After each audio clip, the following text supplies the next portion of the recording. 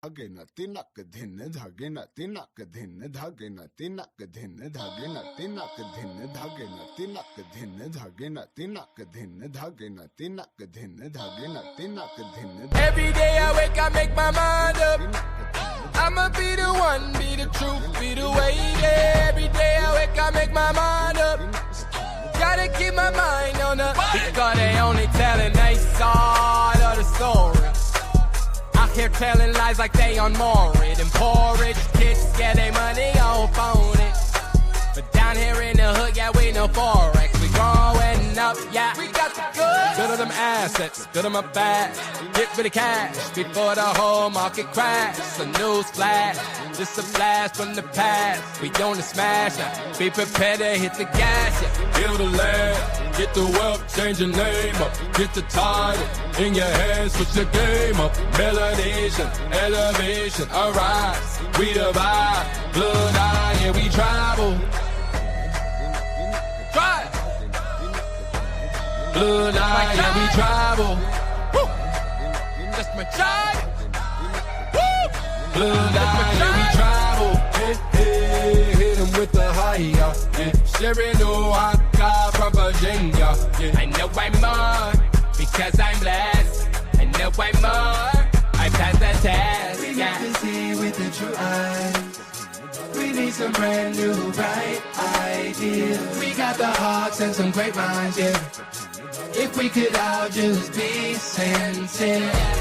Build the land, get the wealth, change your name up. Get the title in your hands, switch the game up. Melanation, elevation, arise. We divide, blood eye, and we travel. Try. Blood eye, and we travel. Woo. That's my child. Woo.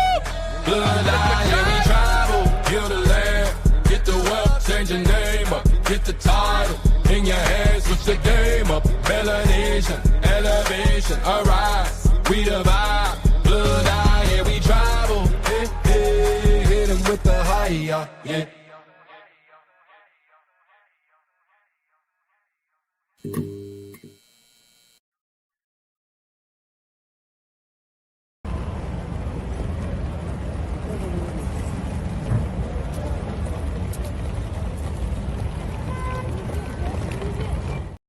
Peace to the party. It's your homeboy back again with the news.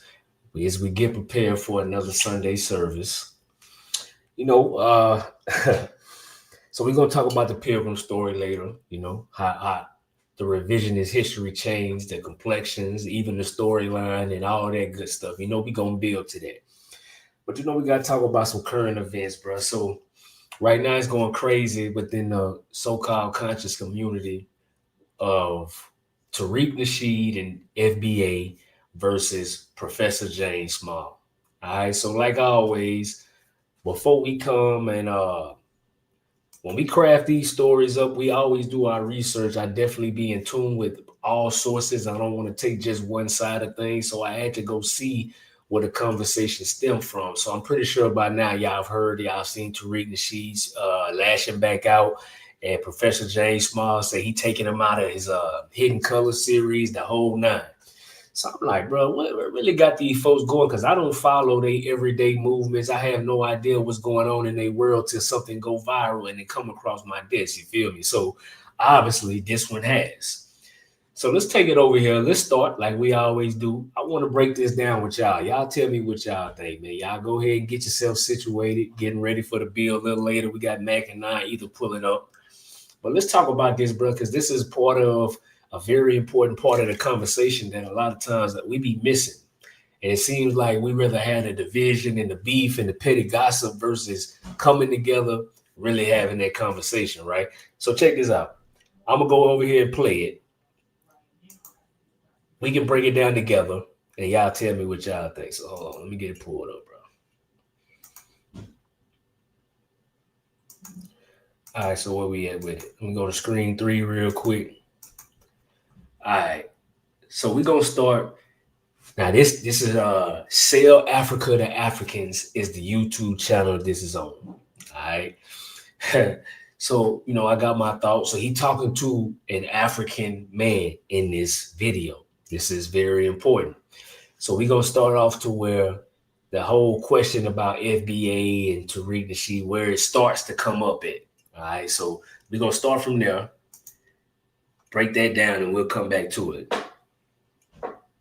In the hands of the oppressor is the mind of the oppressed. That's what Stephen said to us. The most powerful weapon in the hands of the oppressor is the mind of the oppressed. Thank you, Stephen Biko, for enlightening us that we must struggle to rebirth African consciousness, not French consciousness, not Arab consciousness, not European consciousness, not British consciousness, not Chinese consciousness. We must struggle to rebirth African consciousness. You understand?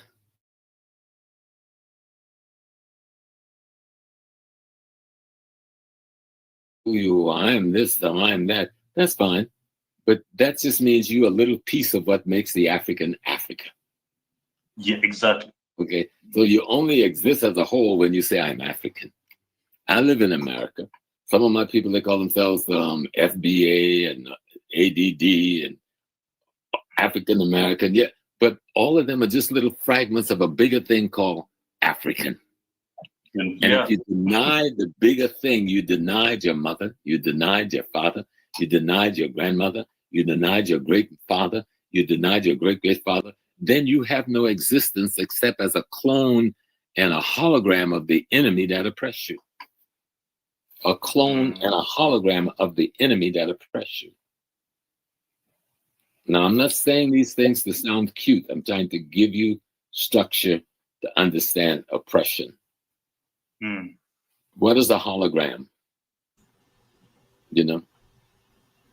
And so when you understand that, you understand, oh my God, this man is saying we're not even, stop being African, we ain't black, we're just shadows of European filth. Yeah. People say, oh, small, you sounding racist, that sounds so mean. Do you know the millions upon millions of our people slaughtered on the grounds of Africa, spilled their blood by the hands of these people so they can take our gold and our diamonds and our anything? Hey. So, hey, I want to preface this by saying shout out to the elder, Professor James Small. I ain't trying to sow no seed of disrespect to nobody, but I can definitely understand how Tariq Nasheed could take that as disrespect. And I've been highly critical of Tariq Nasheed for various reasons. But the one thing that I always said that I agreed with the stance that he's saying with history is there is a difference between just because we look alike in skin tone, like this same brother right here who from Africa, the one that's Arena, I hope I'm pronouncing it right, he could easily, I could find somebody who's from America that favors him, right? I'm pretty sure we would all agree to that. There's definitely certain phenotypes within Africa that they could easily pass for a Black American. But that does not mean that we have the same lineage. So when Tariq Nasheed and then when they was breaking that down and saying that it is a difference, if you understand our history, you understand how that could be true, right? No problems there. But then when you hear Professor James Small say this, you basically disrespecting the man when you make this statement and you talking to an African, knowing how FBA be getting it, these Africans. You feel me? So I'm like, okay, it's pretty crazy. It's getting spicy. And Buddy started the video. This was within the first 10 minutes of the video where he get to this. So he clearly knows this is a hot topic of conversation because this is the way he opened it up. And shout out to the creator. You go over there and listen to the whole, it's like 2 hours, the whole thing. And I listened to the whole video and they spoke about the FBA and it got worse as it went on when they mentioned this again. And we're going to get to that. But right now you hear Professor James Small basically saying that you disrespecting your ancestors to not be on this African consciousness is what he just broke down. And I just feel like as an elder, that's not really it's not even enough people interested in wanting to know history or their lineage, genealogy, any of that. So to be disrespecting the people that are interested without actually teaching them, especially to someone who's not even from America, it look kind of crazy. Where are your interests really aligned? So that's how I'm thinking when I'm listening to that. I'm just breaking down the viewpoint from an autonomous view, right? And if y'all want us to do a build on the creation of Pan-Africanism, how the facts behind it, because a lot of people have been talking about this, but I don't think it's been nailed down properly. Y'all let us know in the comments, let us know in the chat, and that's something we could definitely build on in a Sunday service lecture. You feel me? So anyway, back to the interview. So they go on here, and he say his thoughts right off the bat. He letting them know where he stand. This is what Professor James Small is saying. All right. So then, like I say, as it went on, it got a little bit more spicy. So let me get it to let me bring it down, and let me get it to the point to where y'all can hear his second comments, because the second batch was crazy. Now, I ain't even gonna lie to you. So I'm gonna take it to 138. The second batch is when you heard him start talking about the feds, and I was like, man, ain't no way he compared this dude to a fed. Because, I got my disagreements with Tariq Nasheed, but I personally can't say that without some real proof that this man is an agent. Like, we use that word way too loosely, bro. Just like coon. Just because somebody disagree with you, we shouldn't automatically go to the extreme. But that's not to say that there aren't people that do look like us that are playing for the other side. So let's be clear about that too. So then we can't be, it seems like in the Black community, if you are elder of consciousness, nobody can speak against what you're saying, even if it's with respect. You know what I'm saying? Because he Professor James Small kind of got to some, like, they don't really want to have a conversation or debate about it, because it looked like two brothers attacking. But bro, what you saying in the media is way worse than a debate. So that don't really make sense to me, but that's what he said. So let me get to this second batch of the conversation. This is where it get real crazy. So I'm gonna start it by right here. All right, hold on, bring it back up. So somebody say, yes, we need an FBA Pan-African bill. Okay, so Mac, y'all, the party, take notes. You feel me? And we'll make it happen. So they say this is coming from the same man that said his family had mounds on their land and that they had to take care of them every year. Not all of a sudden he African, nothing but. Hey, so funny enough you said that. So hold on. Let me play that video real quick. Somebody already put this together. It's circulating, but I want to support what they saying as proof, right? So check this out. There is a whole thing about, I mean, we know that, yes, we were brought that the African slave trade existed, but there is some debate. Did it exist to the level they say it existed? Yeah. Now, a lot of us were already here. Think about what makes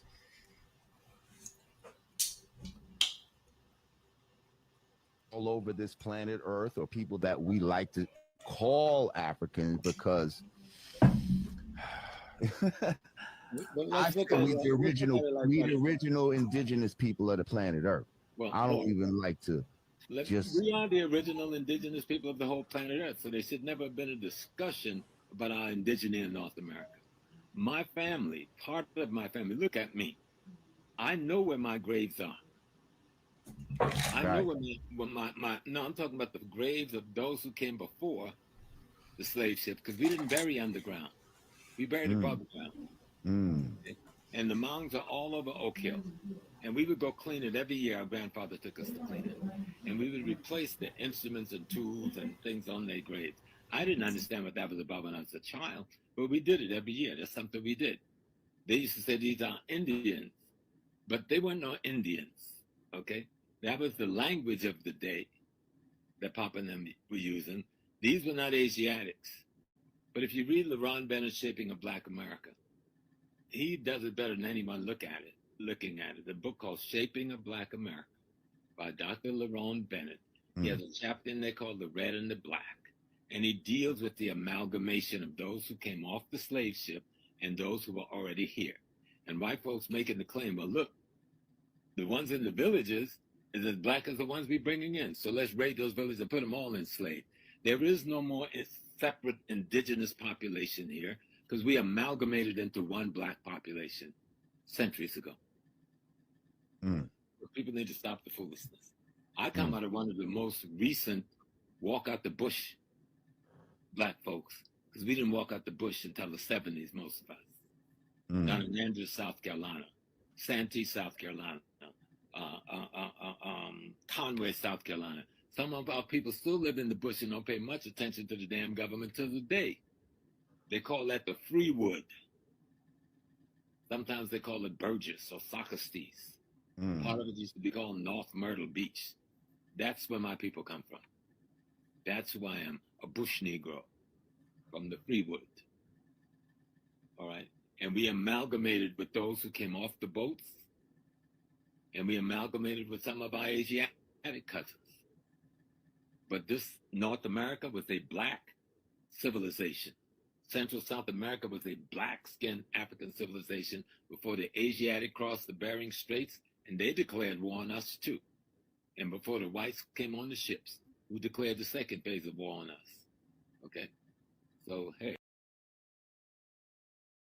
Hey, so you hear him break it down. So this is what to me the confusion come in, because it's like, okay, why, if you understand and you know this to be true within your own family, where has the research been when it comes to going further down that side of things? Why is it got to be 100% African? Let's not even look into the other side. He literally was just saying they just came out of the bush, suggesting as if they didn't have a history that was, you know, diverse, and they had different things going on within this continent. You feel me? So I just found that weird, especially this video that I'm showing you with the African. This was, I think, 12 days ago. So this ain't him talking in the past before. This is him talking recently. So what's the beef with having the conversation about anything that's not just 100% African? To me, that just don't make sense. And I'm an unbiased person. I'm not FBA or I'm not a Pan-African. You feel me? So I have no dog in either fight. I'm gonna just call out from outside looking in, just like how y'all peeping, man. Y'all let me know what y'all thinking in the chat too. But let's get back over here to the second part of what he said, right? Because I want y'all to hear it out of his own mouth. This way it got crazy. So watch this.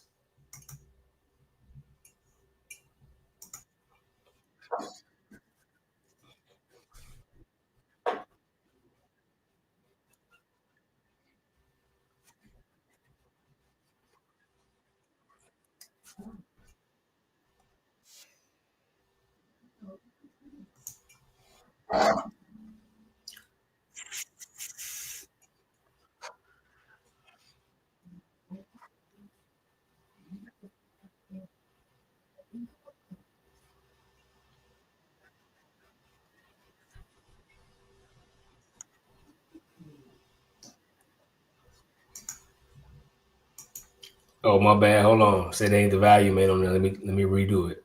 My bad, y'all. Shout out to the chat. 1 second. 1 second. Let me get it back right. They don't want to let me, somebody hating, they don't want to let me download my YouTube video, so I got to play them straight from YouTube, man. Messing up my whole flow, but it's all good. Okay. This time, we should be good. Y'all let me know if y'all can hear. I'm trying to put together a Christmas trip right now, right? That's going to leave on the 14th of December. I'm way late because since I got back from Ghana. Y'all let me know if y'all can hear it or not. In August, I had 6 funerals, 6 deaths in my family. So I've been going to funeral to funeral to funeral almost every week. That means flying to South Carolina, flying to Connecticut. And so I couldn't get my trip for December. But only a month ago, I'm still doing it. I'm just putting it together. Even while we were on my secretary's been trying to reach me on the phone because I know she got to do a couple of things before she puts out this flyer. Because bringing the people to Africa and let them see their family, interact, and so many of them have moved to the continent who are retired, because I've been a lot of elders, a lot of retired people, and they've moved to Ghana especially. Some have moved to Kenya, some have moved to Tanzania, most have moved to Ghana. And some have looked very heavily at Gambia, but Ghana has been the big recipient of this kind of move. And I'm talking thousands of people. I was in Ghana and part of the leadership that founded Panifest back in the day. I'm part of the leadership that founded Emancipation Day in Ghana under President Rawlings. President Rawlings and I were very good friends. I love that brother. God bless his soul. I so wish he was still here with us today. And he just lost his queen, Nana Kanadu Hashiman, whose funeral I learned is at the end of the month. I'm going to miss the funeral, but when I get to Ghana in December, I will go with my group and pay my respects to the family. But we just need to do more things together. We need to learn more about one another's history. Because you can't fight a Tariq Nasheed unless you know history. Now, he's not a good historian, but he got enough facts because he's a good one. And I agree with that. I don't consider Tariq Nasheed a historian. What I see is Tariq Nasheed saw a lane. Because, see, I'm one of the people like some of y'all out there. I ain't grow up in the conscious community, bro. My parents and my family didn't teach me nothing about none of these guys that a lot of y'all revere and hold in high esteem. I didn't learn about them till maybe 10 years ago as I'm starting my own personal journey that I sought out for myself, right? So keep that in mind when y'all hear these and y'all think that people just supposed to have, see, the average person respects results, right? And progression, which I ain't really seen too much of in the Pan-African movement, but that's another thing. But you hear how he came out of his mouth to bring up Tariq Nasheed's name. So if I'm Tariq Nasheed and I done put you in multiple movies, I done, helped you promote your brand, keep your name relevant, XYZ, and you talking like this about me to an African, I'd be kind of hot too. Researcher, that he can put you back. The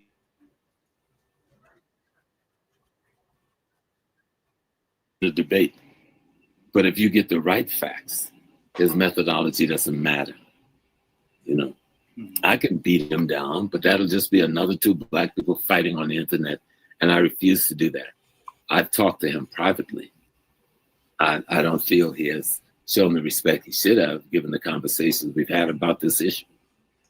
And I will find a way to even come out more publicly again. I've come out about it publicly many times, but it's a little thing because in one way, but this internet makes it a big thing.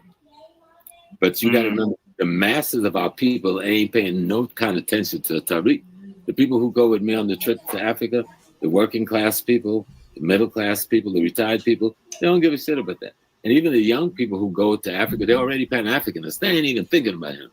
They're angry with him. And I tell them, don't be angry. Find out what is stimulating that. Because if you don't find the causation, you're not going to solve that problem. And the cause is we need to do more together. The immigrant African come to America, and the African American who've been there for the last 500 or so years have to find ways to do more together. And it isn't just on the new arriving Africa. It's actually more on us. We have no place where we say, here's your reception place. What do you need to get on your feet? Bro, when I heard him say this, bro, I was hot. So you mean to tell me that in America, especially for us who know the truth about our lineage here, you mean to tell me we supposed to open up a welcome center for folks to come over here who ain't been through none of the stuff we've been here in this country and give them pathways and gateways to success when we don't do that for each other here in America? Make that make sense, bro. We have a few, but nothing significant. You know what I mean? There are churches that do this in our community, but we need to have some sort of African reception kind of organization all over America. So wherever our people land, right now, our people are being brought in by the American. Do they got that for us in Africa? Government, the refugee department and the Homeland Security people, and they teach them not to come to our community. I'm telling you the truth. There are people from the continent who come in through the U.S. State Department are taught not to associate with us, that we're drug dealers and we're troublemakers and things like that. So people, you trying to survive. You just got to America, thank God, and you're trying to get a job. You think you're going to go over to mess with the dope dealer and the troublemaker. You're going to have nothing to do with them. Now, as time goes on and you learn better, you're caught in an isolated situation, and there isn't much you could do there. I remember I didn't know this. So one of my professors, Professor Kumanweri, Peresi Kumanweri, who's from Uganda, who was a friend of Malcolm, when him and a bunch of students from Uganda came to study at Columbia. Listen to this closely. This is very dangerous what he just did right here. Listen to this closely. He started talking about Malcolm X, and listen to the rest of the story. And they were told never, Columbia is in Harlem, but up on the hill. So they were told never to go down the hill, that we would kill them, that they would, of course he came down the hill because that made the African brothers curious. And he married a sister from South Carolina, almost my town, Sister Carolyn. They were married about 60 years now. But Perez says, no, this is the program. And they're still doing it. The U.S. State Department is still instructing and informing African people who are migrating legally to the country not to have anything to do with us. And so this bitterness has a lot of little things that grow them. Our people don't want to be caught in that situation, but if the State Department is telling you that, and you're trying to get your green card and a citizenship and a job or enter college, what are you going to do? Are you going to say, I'm not listening to y'all, and be thrown back on a plane and sent back to Guinea? You're not going to do that. Exactly. You're going to reluctantly go along with that process.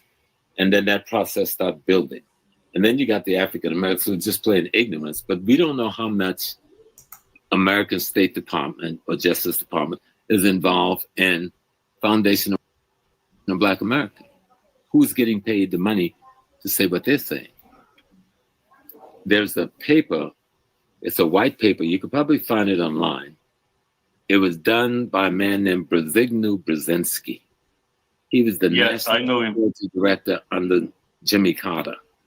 And his white paper, the first paragraph, he said that the policy of the United States of America, that African American and Africans should never unite politically, culturally, or economically. That is still the policy of the government of the United States. So what you're seeing ain't quite what you see, and there's only a piece of what you see. You understand what I'm telling you? I do. Just because they come in a black face, a black face, and CIA, all right? Just because you come in a black face does not mean you're a CIA. This is black face don't mean you ain't the FBI, okay? Wearing a dashiki don't mean you're a nationalist, okay? So once you get clear on these things, that's why studying history is important. You'll see how Fred Hampton was killed. You see how Malcolm X was killed. They were both.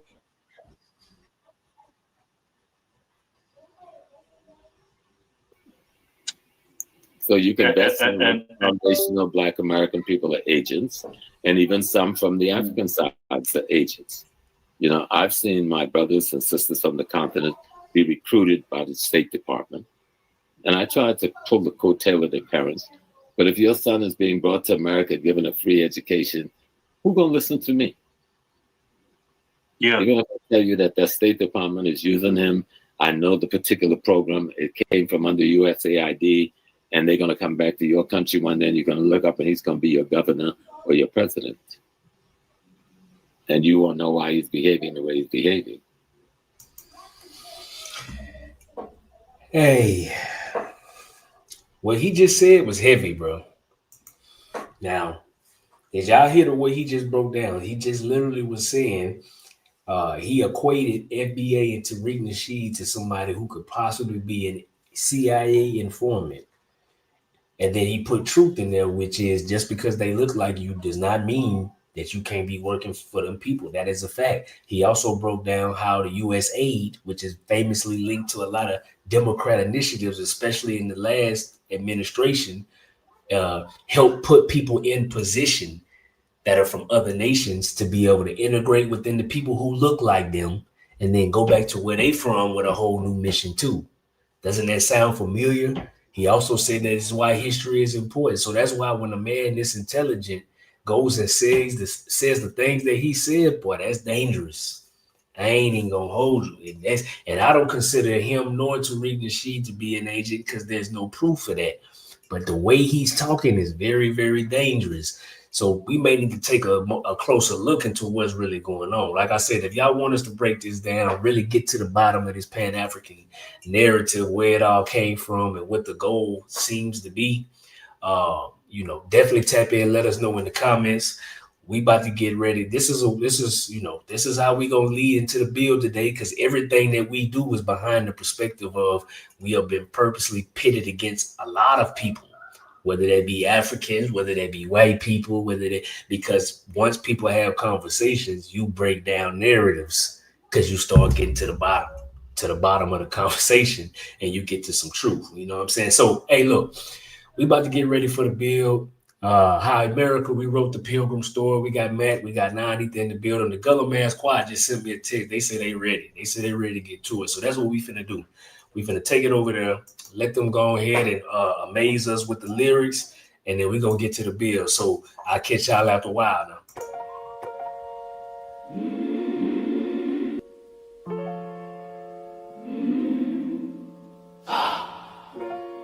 They changed our names, but the truth still lives. Some say we came from far away. Some say we've always been right here. Two stories at the same doorway, both chasing what our hearts hold dear. Old maps, new maps, who's to say? We just want the truth that they erase. Two roads, one people, still searching for the name they stole. Baby, two roads, one people, still walking back to what we know. Oh, we rise together, no matter which path we chose. No, two roads, one people, still coming home, still coming home. Some want unity to heal the pain. Some want records to clear the lies. But either way, we break the chains and lift the story they deny. lineage, memory, same heartbeat, Just different ways to find our feet. One people, still searching for the name they stole. Two roads, one people, Still walking back to what we know. oh, we rise. No matter which path we chose. Oh, no, two roads, one people. Still coming home. Still coming home. we remember. We remember. We remember who we are. They turned our nations into colors, but the truth kept living in our bones. Every step we take uncovers the road that leads us back home. One people still searching for the name they stole. Two roads, One people still walking back to what we know. oh, we rise. No matter which path we chose. Oh, two roads, one people. Still coming home.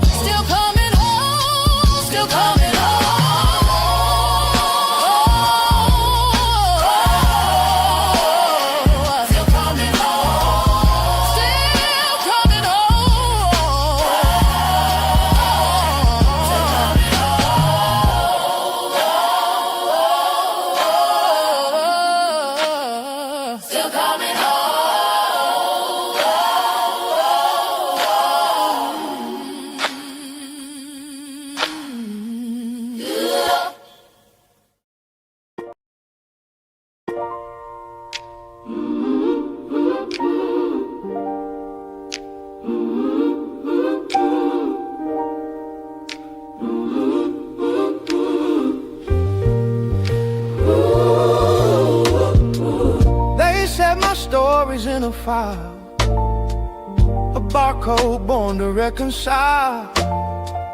But when I breathe, I feel the flame of every soul that wore my name. They test my blood but not my song.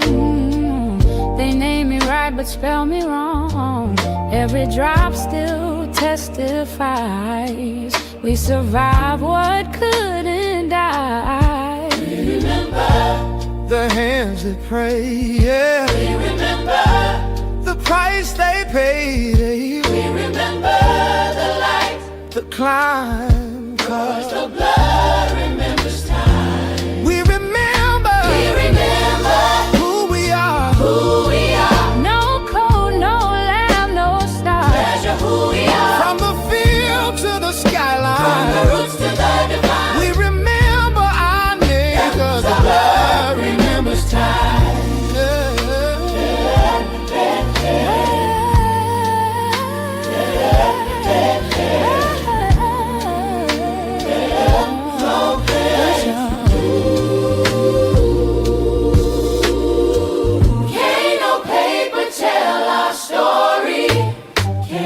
Testifying our glory.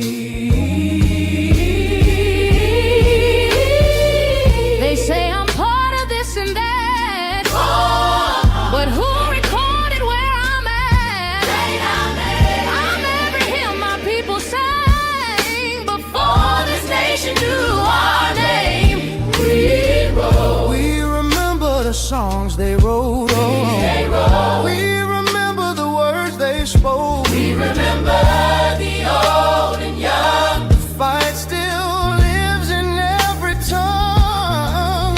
They tried to write us out the page, but we remember our truth don't age with time or cage. We remember the blood still moves from line to line. We remember every prayer becomes a sign. We remember the bayou winds of Carolina rain. We kept our roots through joy and pain, yeah. They built their test, we built our tribe, and the proof is still alive. We remember the name they changed. We remember what they rearranged. We remember in heart and mind.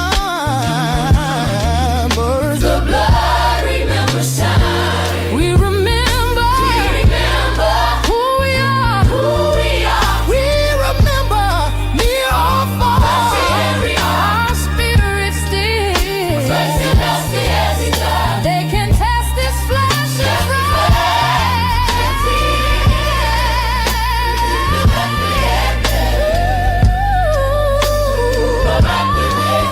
every name, every prayer, every sign, every name, every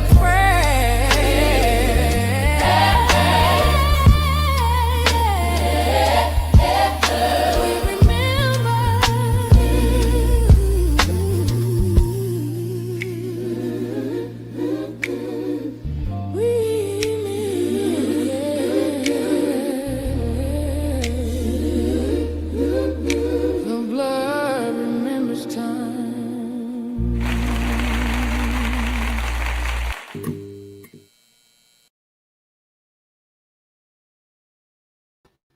Oh yeah, we going crazy with the production. Shout out to the Gullah Man's Choir, bringing that heat, man.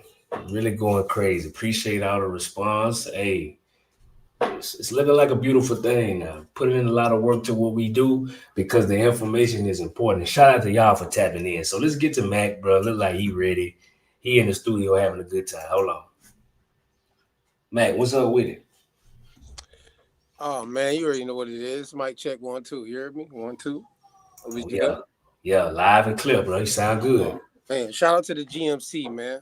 The GMC, man. Hey, y'all already know the Autonomous Party, GMC, that go together like peanut butter and jelly. You heard me? Yeah, that's what. So we gonna make sure you understand how we working. We working on redemption. You know what I'm saying?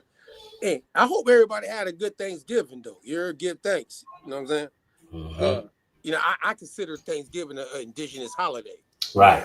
That part. if you're not from North America, technically, then you don't got no ties to it type shit. You know what I'm saying?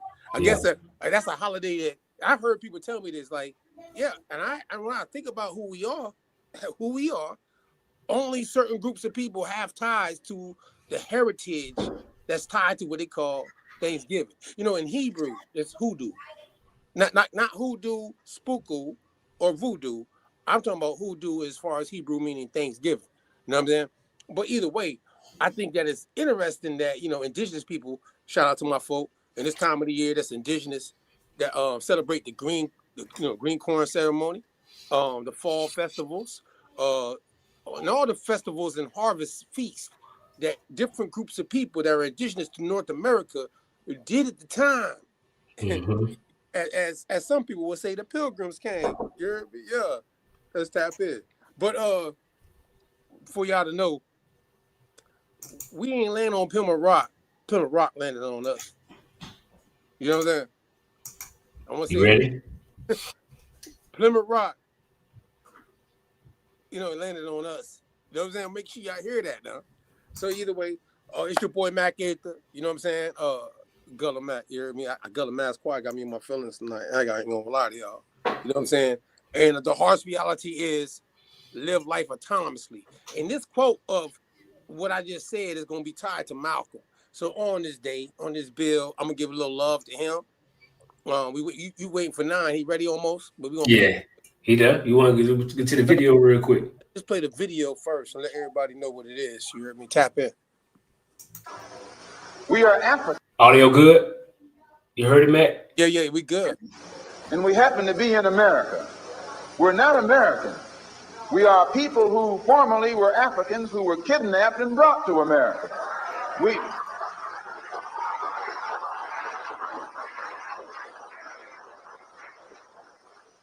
Our forefathers weren't the Pilgrims.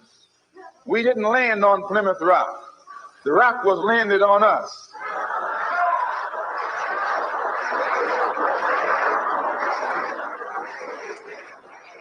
We were brought here against our will. We were not brought here to be made citizens.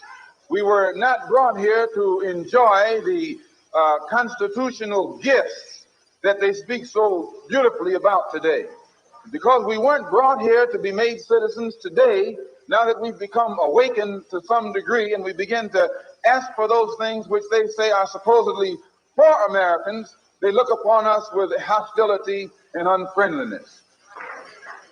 If you're interested in freedom, you need some judo, you need some karate, you need all the things that will help you fight for freedom. Nationalism is the wave of the present and the future. It is nationalism that's bringing freedom to oppressed people all over the world. It was nationalism that brought freedom to the Algerians. It was nationalism that brought freedom to the Nigerians and to the Ghanaians. It was nationalism that brought freedom to the people of Uganda and Tanganyika and Sudan and Somaliland. The Africans didn't get it by sitting in. They didn't get it by waiting in. They didn't get it by singing "We Shall Overcome." They got it through nationalism. And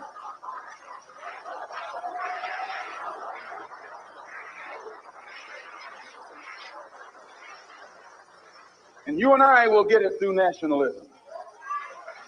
What is it? What is it that makes it difficult for the philosophy of nationalism to spread among the so-called Negroes? Number one, they think they have a stake in America. They think they have an investment in this country, which we do. We invested 310 years of slave labor, 310 years, every day of which your and my mother and father worked for nothing. Not 8 hours a day. There was no union in that day. They worked from sun up until sundown, from can't see in the morning until can't see at night. They never had a day off. And on Sunday, they were allowed to sit down and sing about when they died, they wouldn't be slaves no more. When they died, they wouldn't be slaves no more. They'd go up in the sky, and every day would be Sunday. That's a shame. And it is that 310 years of slave labor that went in, that was mine and your contribution into this particular economy and political system. They can give us the back pay. Let's join in. If this is what the Negro wants, let's join in. Let's show him how to struggle. Let's show him how to fight. Let's show him how to bring about a real revolution. Let's make him stop jiving.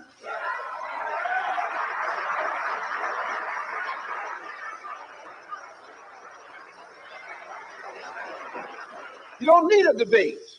You don't need a filibuster. You need some action.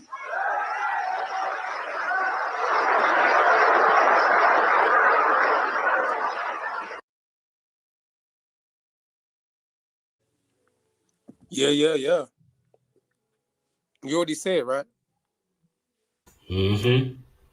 I got to give it to him because of the fact, even when he did the news, and today we can see that there's nationalities coming to America based off of those who were already in America prior to America being foundationally set up.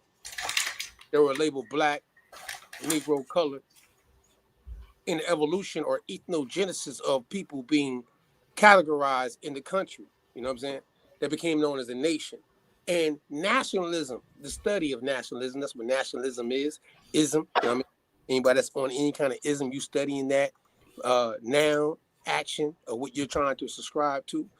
So within that understanding of concept, when he said Nigerians, he mentioned nations of people.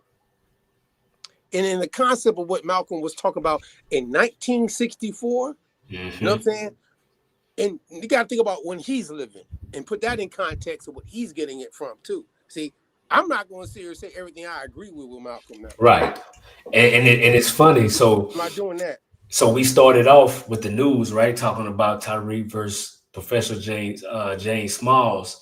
And so you got there's a dynamic to where anybody that's an elder, or especially somebody like Malcolm X or Martin Luther King who died in this struggle, right? If you say anything that's in contradiction to one thing that they may have said, people like, we too emotional to really have a conversation and know how to use certain things that they said, and then also give them credence to know that it wasn't really a way for them to know it all at this time. They're going off whatever information that they feel convicted about. So in going with they move, who knows how that plays, but follow us as we build this out, because it seems like various people had different pieces of the truth, kind of like what's going on right now today. Ain't there something? Yeah, I mean, I agree with you. I mean, there's definitely a lot of things being convoluted, half truths being said, and we got to get down to the factual things that's documented that we can now, in this day and time, through our ethnogenesis, understand the process of delineation on nationalism, not based off of race, because race don't lead to a nationality. Monte, am I wrong about that? I mean, facts. Okay, so even tonight, you know what I'm saying, in the build, how America rewrote the Pilgrim story is funny because the time frame of American history, which anybody can go back behind us and research what's happening in America. And if today you subscribe to being Negro, colored, African American, American Indian, you know what I'm talking about, Hebrew Israelite, you know what I'm talking about, Moorish American, then you fall into the category of American history and what's really happening in this time period. If you say your people were here foundationally, you know what I'm saying? And your lineages are foundational that predate the nation of America. God agree, what you think about that? I agree. Yeah. So shout out to you. I'm only saying it from that standpoint of foundational information, and everybody do their own unique understanding of their family tree and what nations spring from those trees that were in this land, North America, prior to 1776, and obviously the things that your family went through going into the time frame of being called free people of color, Negro, or 1865 freedmen. You know what I'm saying? Which will make you foundational, indigenous, native to the land prior to this nation being formed. Anybody disagree? No, in the chat. Anybody in the chat disagree? By law, yeah. And it's understand. And so words matter, y'all. Like the reason why they changed in history, because we talking, you know, everything is binding contracts. Why race was created so it could be controlled, take away from the nation. So yeah, these words matter, bro. Yeah, I mean, we just being clear and plain, because as you seen last week and the weeks before that, from the time we came back, we've been on one. It's been like a redemption tour. You heard me? And Rome has been my referee. You know what I'm saying? From ancient time, biblically, going into secular history, because Rome is known in secular history, and we pick up when you trail them and walk them down. You know what I'm saying? And seeing what they did to other groups of people, black, as we would call it today in America, or white. You know what I'm talking about? Now, we have a different heritage that's tied to things that took place tied to Rome, which tonight we're going to show you these pilgrims, Puritans, Protestants, over there, you know, ethnogenesis of denominations, ideal of being called Anglo-Saxons, Germanic, Caucasian people, or the people that were coming from those regions that Anglo-Saxons were coming from too at that time, which would be Europe. You know what I'm talking about? You know what I'm saying? And how they're describing them based off of those groups of people. You know what I'm saying? So this is what tonight, you know what I'm talking about, is about. You hear me? Like, I just want to cover that part in concept and show some sources and, you know what I'm saying, throw some things around at y'all. You heard me? So, you know, again, you know, the harsh reality is live life autonomously. It's your boy Mac 8, the Gullah Mac. You heard me? I got God Green with me, Kofi. You know what I'm talking about? Shout out to everybody in the chat. You know what I'm saying? That's live with us right now. That watches us after the fact. Give thanks. Thanks is given. You know what I'm talking about? How do you hear me, as they would say?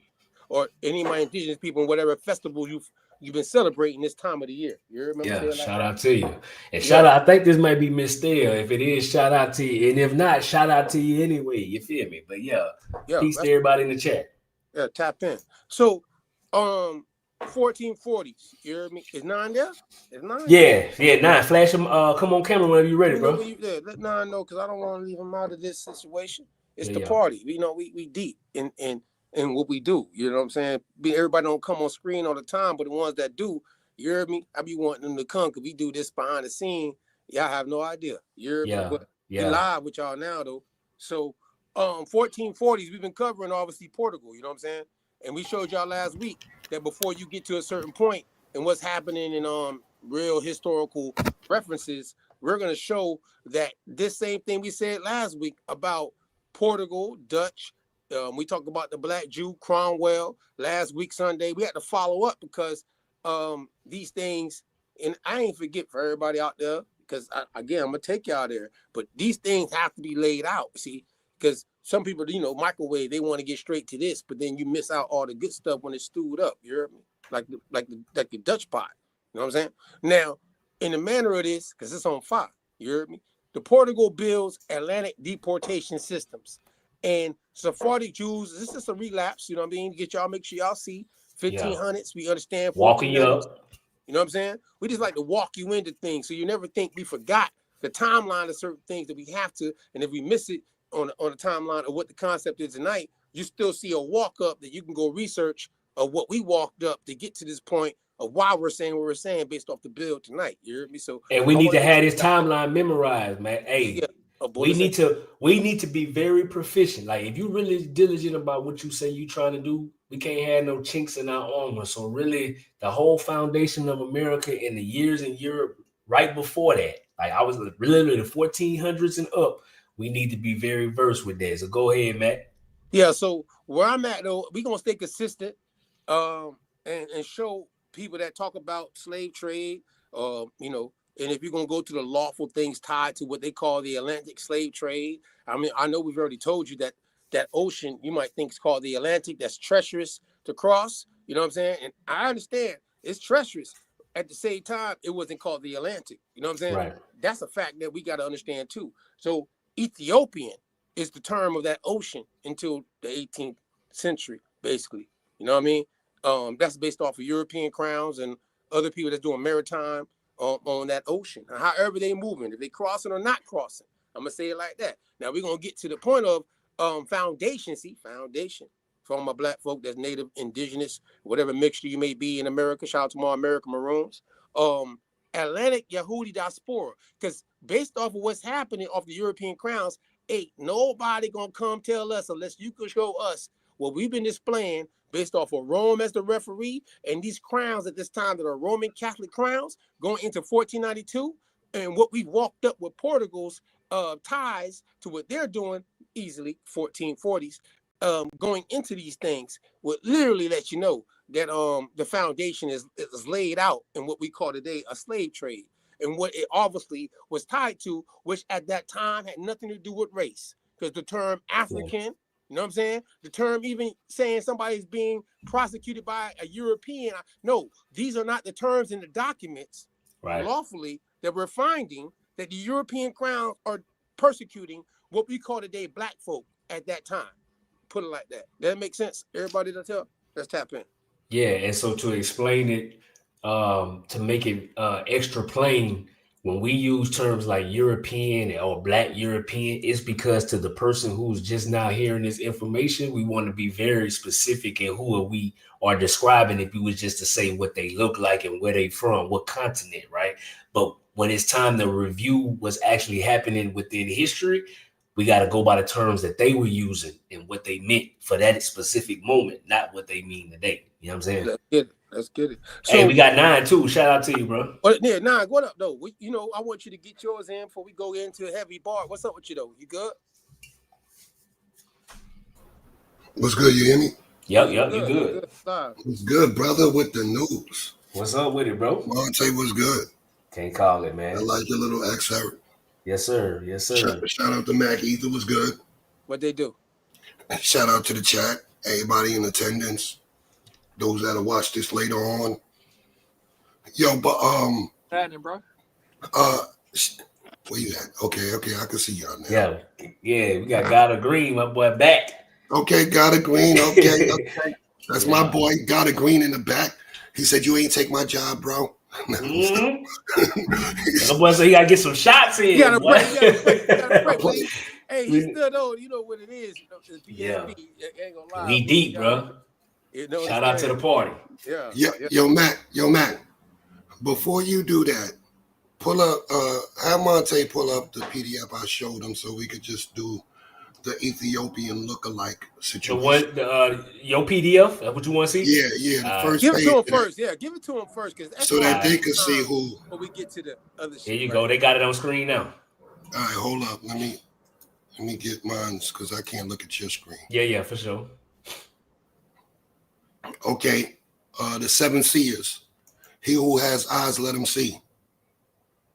Christopher Columbus in 1492, 93, Spain, to Ferdinand and Isabella. He stated, I'm not going to read it in his language. I'm going to read what he stated. Some of these people are of the color of the Canary Islands, and some are black as Ethiopians. This is in Columbus's first journal. They were using certain terms at the time to describe the people they were seeing. He's speaking of coming in and passing the Virgin Islands. So this particular quote is from the Virgin Islands. Right behind him, Vespucci, he states they are black as Ethiopians of medium stature and as well proportioned. In his Mundus Novus, 1503 is the source. He stated the same thing because, like Max said, the Atlantic Sea wasn't called Atlantic. It was called the Ethiopian Sea, for one. Most melanated, brown, dark people, no matter whether you were from Ethiopia or not, because it's a Greek term, was considered to be Ethiopic, Ethiopis, in whatever degree. So when Vespucci comes in, he sees it in 1503. Bartholomew de Casa, he sees it in 1527. He's a Dominican friar, which is a priest. Los Indios Esteteria, whatever, Ethiopis in color, su color, which is the Indians of this land appears like Ethiopians in complexion. This is in the history of Lost Indies. Then you got Peter the Martyr. Spain. He basically say the inhabitants of these islands are dark and some almost Ethiopian in hue. That source is D. Orber Nova. Those are his writings. He's speaking of Cuba and Jamaica. Yeah. When you get to Jean Delary, the Protestant missionary, this is very key because the Tupamamba just got land back. So think about this. In 1578, France Protestant missionary, who was amongst the Tupamanda, at this time, he said they resemble the Ethiopians. They are black and they are naked. Tupamanda is in Brazil. It's a hot region. It's in Brazil. And in the history of the voyage of in La Terra de Brazil. Now, this is very key because today, about a couple years back, the modern day tribe just got redeemed. Yeah. Most of those people would be of 10% of the people in Brazil who don't know they're part of what Jean Delary says in 1578, because we know Brazil's the hotbed for two things: Afro-Latino people and Portuguese Jews. Yep. So to round it out, Tordesillas, which has the same name of the treaty, he says the same thing about the mainland Indians of Peru. And then Vega, he lets you know that they're dark in the coast in the South Sea, and they're just dark like the Ethiopians. So dozens of these explorers, priests, friars, scribes, when they spoke of the indigenous, they spoke of them in dark and color, ranging from tan to copper. Even some of them in this particular time like to use the term Negro de Terra, Spanish Portuguese term also. So you'll see those two terms, Negro de Terra and Ethiopian or Ethiopian hue. Take it back, Mac. I mean, now that's all you want to do with this? Wait. No, I just wanted them to know that these people that is coming in, because you had the 1400s up there on that slide. We can go back and forth with it, but you had that 1400 on that slide. I want them to know that, okay, these 7 seers that we have here, it's just the first 7. We're going to give you another 7 when we come back to this part 3. Right. We're going to just keep giving you 7s that say this thing. Oh, but we just want to beat it in their head that they're looking for, they're seeing these brown people. They're seeing these Ethiopic people. So take it to the 1400s. We're going to bounce back and forth through the whole thing. Mm-hmm. Hey, real quick before we get to it, shout out to Nicosia Lifestyle, always supporting us. Peace to you. Appreciate that. That's love. Shout out to everybody else in the chat. Yeah, everybody that's showing love. Oh, one more thing. My fault too. Yeah, peace to the chat too. That quote on that picture. Do you see the picture? Because I'm looking at a different screen. Y'all see the picture? The one that's right there? On the screen right there? The first slide. Okay, so I just want to know because I'm looking at something totally different. Okay, so it's a vulgar error that all the Jews are black, for this is only true against the Portuguese. This is only true about the Portuguese Jews, who marry always amongst one another, beget children like themselves, and consequently the swarthiness of their complexions is entailed upon their whole race, even in the northern regions. This quote is from Mission Maximilius. He wrote this in 1680 in his Travels to Italy, the book we reviewed last week, which is A New Voyage to Italy. I'll put it in the chat for this week too. And he explains who is the Negroes of Europe, Italy, Dutch, Amsterdam, and Portugal.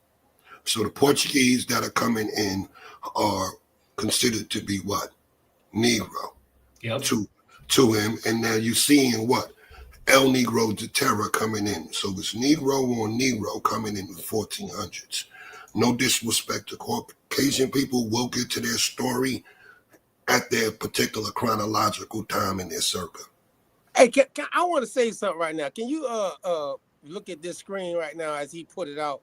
And if you look at the time frame of Vespucci, I had him. Now you know my notes. See, I share.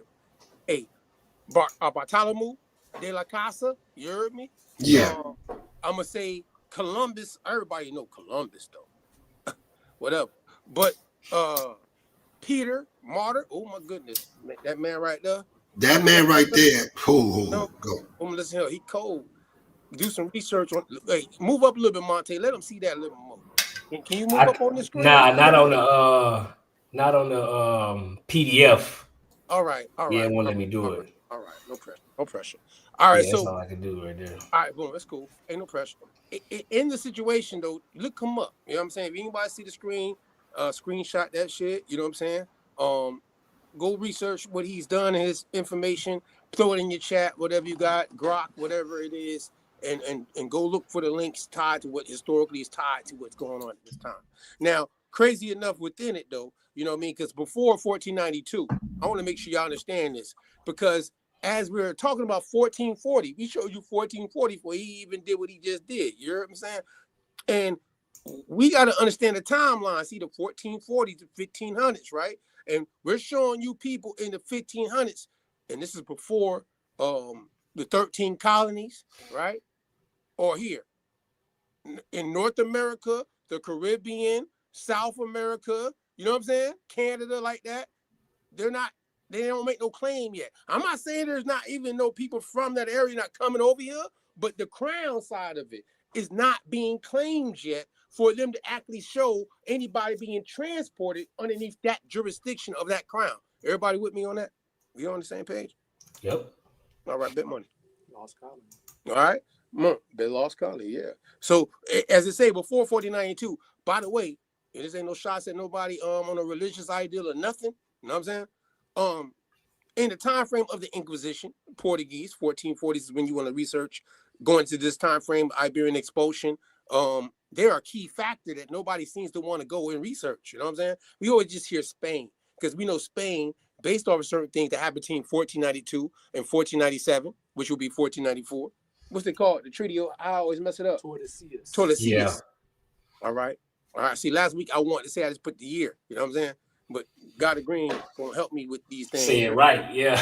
You know what I'm saying? Listen, but at the same time, within this time frame, we know these treaties are tied to these two crowns. You know what I mean? Right. And they're the ones claiming tied to that Roman ideology of Catholicism and the popes and the papal bulls and the dumb diverses that we brought up last week. I gotta move fast now because you know the nice about who we talking about. You know what I'm talking about? The Pilgrims. You know what I mean? Which is gonna come after this. That's why we always give you the layout first. Just giving you the backstory to the foundation of yeah. something that other people, Europeans, already see happening in the New World prior to any crown coming into the New World and claiming it, or for any of their groups of people, we call today Pilgrims, Puritans, and what they're documenting based on what they already know is happening prior to them coming in. Are we on the same page?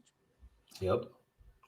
So, by the way, before 1492, living Jews, meaning the people that got exiled, tied to these terms, Jews and Blackamoors, you know what I mean? In this time frame, Marano, Luso is tied to Lusitania, by the way. That's going to be tied to Iberia, you know what I'm saying? Which is a Roman term. So you're going to say I made it up or something. I'm letting y'all know. You ain't going to try on me nothing tonight with that kind of stuff. We're going to stick to what you can go look up, and you're going to find it for yourself that this is Roman. Rome's my referee now. You hear me? So within this concept of things, in this time frame, Hebrews, the word Hebrew is being used. I have to go off what's being documented. Hebrew is the referee. I mean, like Hebrew referee. Rome is a referee. Yeah. Yahudim, that's another term.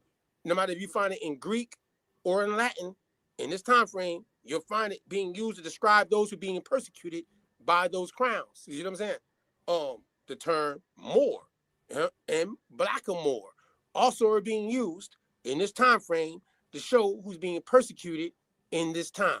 Make sure you understand that is foundational to those who say they got ancestry that came from somewhere else and what they're being called at that time. Nobody's being called African. I'm being consistent with this. Yeah. Ain't nobody being called African by European powers at that time. Make sure you understand that. Which makes it easier to revise their story coming into the later periods of history, because you creating their existence because that word wasn't being used.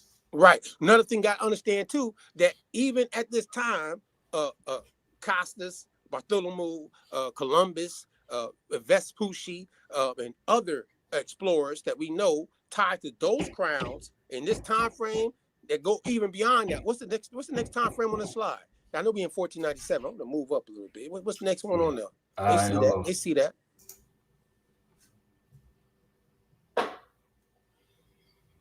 Here we go. All right, so I'm gonna walk into this now. So in the 15 to the 1600s, right? And as things are being established, remember, the 13 colonies tied to King James VI is 1605. Yeah. Right. All right. Now the Bible don't come out until 1611. Right. Tied to him. No, I thought it was 1605. Okay, but you can correct me. Do a fact check. We're gonna make sure. About which part? About 1605 or 1602. We just like to be okay. Yeah. For those out there that we don't be fronting. Well, for sure, they version, the King James authored version with his team was the 1611. That part. Yeah. All right. So, and the jurisdiction don't start until right before it. You know what I'm saying? Which means between 1500 and 1600, which is 100 years, the English colony is not here yet. Right. All right. Now understand, they're not here. North America. Who's in North America in this time period? What we call European groups of people. The or Portuguese crowns, and the Spanish was the ones. and also the French. And the French, yeah. But they crown ain't claiming certain shit, but the French here though. Right. Hey, the Dutch. They just moving around. Hey, and the Dutch too. The Dutch, yeah. You know what I'm saying? I'm gonna say it. These are the groups that are here that predate what we call English, British, England. You know what I'm saying? Right. Tied to the crown. The Dutch are here because they the pirates of the Caribbean. Oh Lord. They running around with letters of marque from the Prince of Orange and funded by the Sephardic Jews that fled Spain. So when you look at the whole 1500s, anything popping off in that Caribbean that's conflict, researchers, when you look, you're going to see Amsterdam, Holland, Netherlands, Dutch. Yeah. And when you look deeper, you're going to see it's all Sephardic Jews, and those surnames are part of the expulsion of 1492 that Mac had on the slide when it started. And we explained that in part 1 with the same book that I'm going to put in the chat right now. Go ahead, Mac. All right, boom. So within this, now I just want to make sure y'all understand before we get into the meat of things. You heard me? Y'all been eating turkey, jive turkeys, mulberry sauce. You heard me? That's from my folk that be jiving out there. In this situation, what we're pointing out is the Pilgrims. Now, see, they on the screen. We also know them as Puritans. You know what I'm saying? Actually, that's the term that you will find them being actually lumped into, because when you say pilgrim, you got to understand that those pilgrims are the separatists. You know what I'm saying? They're the ones that are very radical in the mind state that they don't want nothing to do with the Church of England. Y'all want you to understand who these groups is and political ideal, not the dogmatic, everybody waiting on Jesus or something. You know what I'm saying? Right. This is not what I'm talking about. If you thought that's what I'm talking about. This is the separation of what we said with it, because sometimes they get it confused when we talk about, anytime we reference the Bible, it is not because we trying to tell y'all to be no Christians and live by the good book. It's because that book is being used different than what we've been taught. It ain't just no allegorical timeline about good and bad stuff. You feel me? I wish we could catch on. Yeah. Especially we understand what's happening in American history and how the book's being used. You know what I'm talking about? And especially how King James VI, the first of England, is using it from a covenant standpoint to stay away from what we call the Church of England, who actually, it was reared with them trying to do their own version of something that's tied to what we call the Roman Catholic Church. Nine, what you think about that? Oh, because I'm about to go in. I want to make sure this is laid out first. You laid it out perfect. Those pilgrims is against the Church of England. At that particular time, King James is in power. He's at war with the Pope. So Pope denounced him and wouldn't even sanctify him. This is why he put forth that book. Cromwell comes a little later. So you're on point. Now, you see this word where it says Blackamoors equals Israelites under Rome. All right? And they see that it's tied to where you see on the screen it says Pilgrims, which is going to be tied to Puritans. Now, when we understand we're in the 1600s, We're in the time frame after King James VI and the first, obviously, is in that genealogy of that crown and what's going to go into King Charles II. So I want you to know we walking from 1605, and you got agree, Kofi said that 1606 will be official, right? So 1605, 1606. However, you're going to walk up from what we talked about Cromwell last week, right? And Cromwell is going to be 1650s. You know what I'm saying? And King Charles II comes right after. You know what I'm saying? It's called the Restoration. You know what I'm saying? And these pilgrims already, if you understand, Plymouth Rock landed on us. You know what I'm saying? That these pilgrims are already in America in the 1620s. Will be roundabout understanding? Yeah, actually, some of them sort of came with King James now. Some of them might have came actually in 1605, 1606. With the original founding of the early 1600s right here. That's point blank. Correct. These people are not coming in until after King James is here, as far as claiming a land. Yeah, because that's how the chart, that's how it was all came to be. Yeah, I want to make sure that's laid out on the timeline, though. That's all. Yeah, no, fact. Yeah. He sent the Lord proprietors. Lord proprietors. They secured the 13 colonies. Correct. Those are the 13 stretch, and they talked and secured that with multiple nations. Correct. Now these people, and we've used those letters too for the Lord proprietors to talk about genealogy, and they tell them the amount of people. So all of this line up to what we know to be true. Go ahead, man. No, I want to just make sure this is laid out though, because this I ain't gonna leave y'all on the cliff. Before the Puritans, all the documents tied to Spain, tied to Portugal, Castile, Aragon, between the 1500s leading up to the early 1600s after King James, is when we find this term Israelite being renewed and used again within the context of how the Pilgrims looked at the indigenous people as far as the lost tribes. In that verse you see there, 2 Esdras 13, you know what I'm talking about? And then within the context of that, it will be these same Puritan, segregist, radical group that came over here and obviously already knew about the people who were brought over here, that were brought over here because of what happened prior to the 13 colonies. King James VI, King James I, already was happening in what we call the New World, however the Portuguese, shout out to Miss Sherry, of course the Portuguese, Lusitania. I want to make sure y'all see that though. Is that laid out though? Everybody be on the same page? I'm ready to slide. We walking them right up, bro. They should understand. You got to definitely take the screenshots, go research it. If you're not familiar, because some people may be unfamiliar, they're not familiar with some of the things that we mentioned, and we can't catch you up on every line. But this is the thought process that's we connecting for y'all to show how we lead up. So right now, you done talked about King James, right? And we done broke down. We done had Lee Cummings on here. We done talked about the 13 colonies. We done talked about what we know. There's definitely melanated people in this mix. So we ain't just drawing from no crazy conclusions. You feel me? So go ahead, Mac. All right, so boom. I gotta just give you dictionary. You go look them up. You know what I'm saying? Henry Cochrane. You know what I mean? 1623. You know what I'm saying?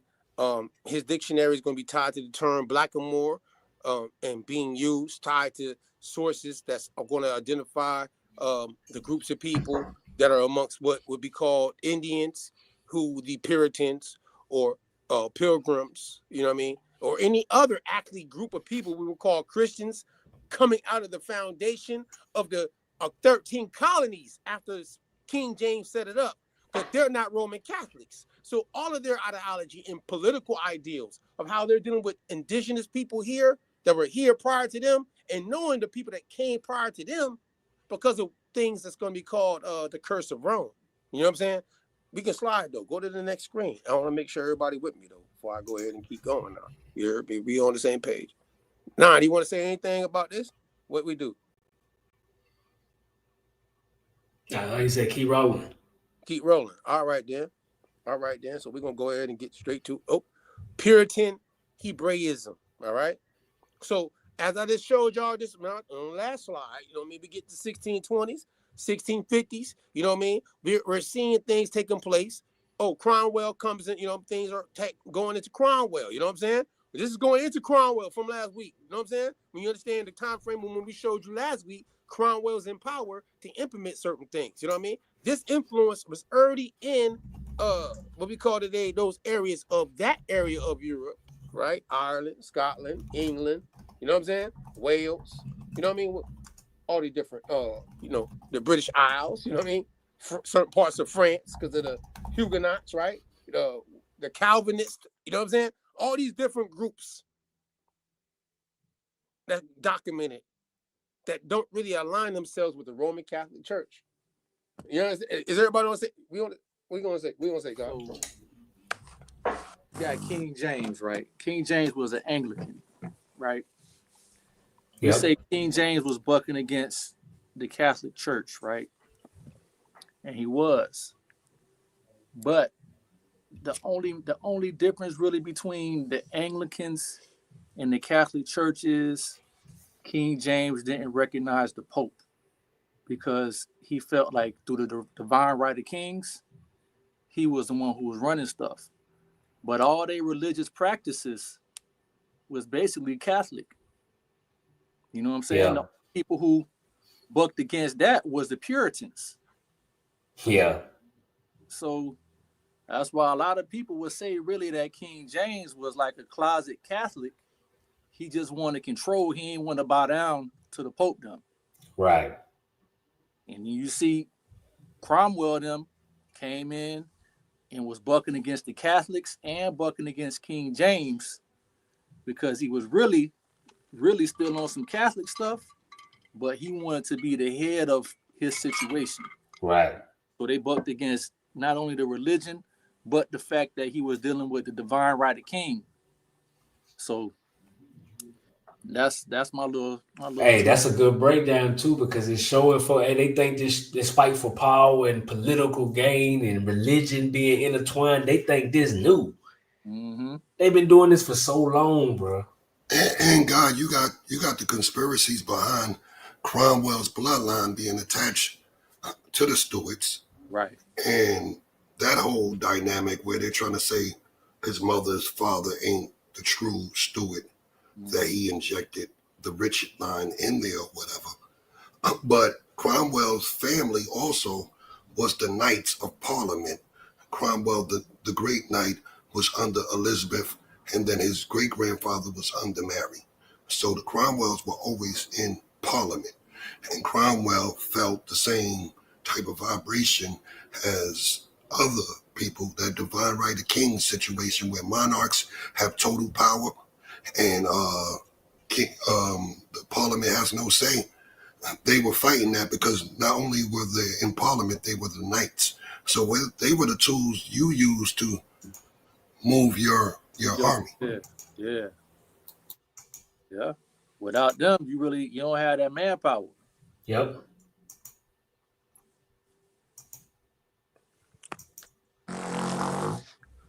Yeah.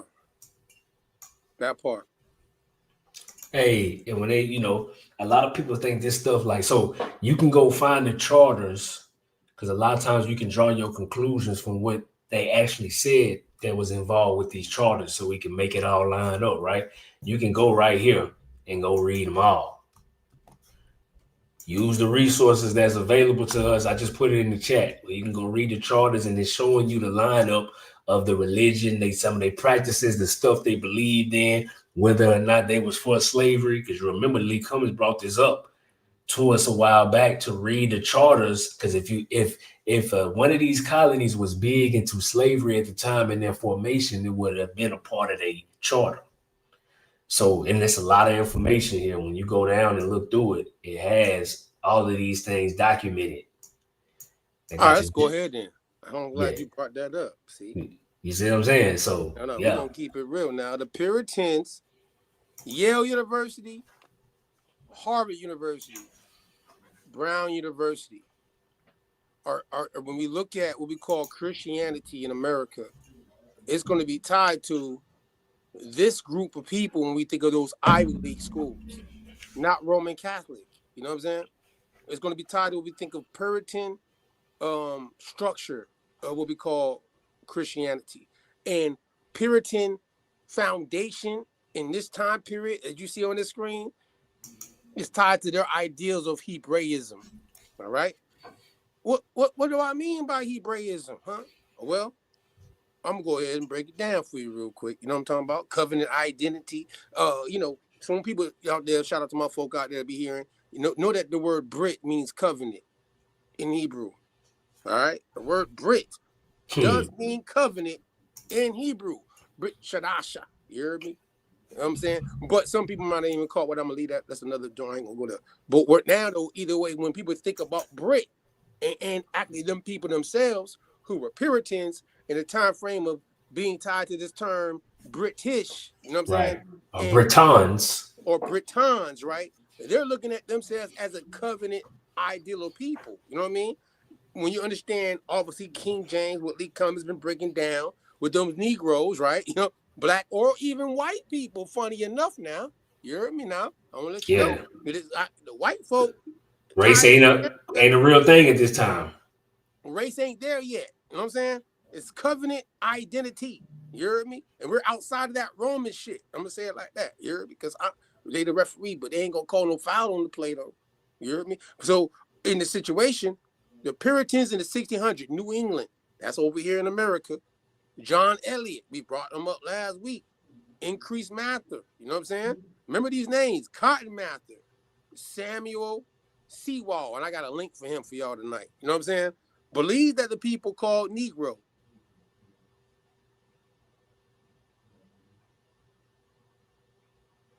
Damn, my shit froze on my trip.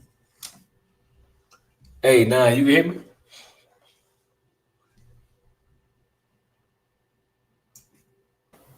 I can hear you. I can't hear Mac. Okay, so yeah, Mac went out. He froze. I about to say, I thought I was tripping for a second. No, he gonna shake. But at this, but at this time, he was saying, "Hold on, let me come on screen." Yeah. Hold on. Damn, it was blocking you or something. There you go. You saw that? Yeah, it was. It kept flipping off. Yeah. Yeah, the screen be going off by itself. I didn't even touch the shit. Like, bro, I have to look up and be like, "Oh shit, I'm off the screen." Particular in the 1620s and the 1650s, particular at this time, all these Hebrewism type of colony shapes, because Plymouth Colony, when you research Plymouth Colony, you're going to see that the Plymouth Colony didn't come where they say they came from. When you look at the list of the 100 that came, you'll see 60 of them came from Leiden, Holland, Netherlands. Okay. And most of them had cryptic names that we went through last week. You'll see Ebenezer on that, and I'll show that before we leave. You'll see Ebenezer and certain Hebraic names that are place names. We already know that the Coopers worked on ships. The Browns did with soil.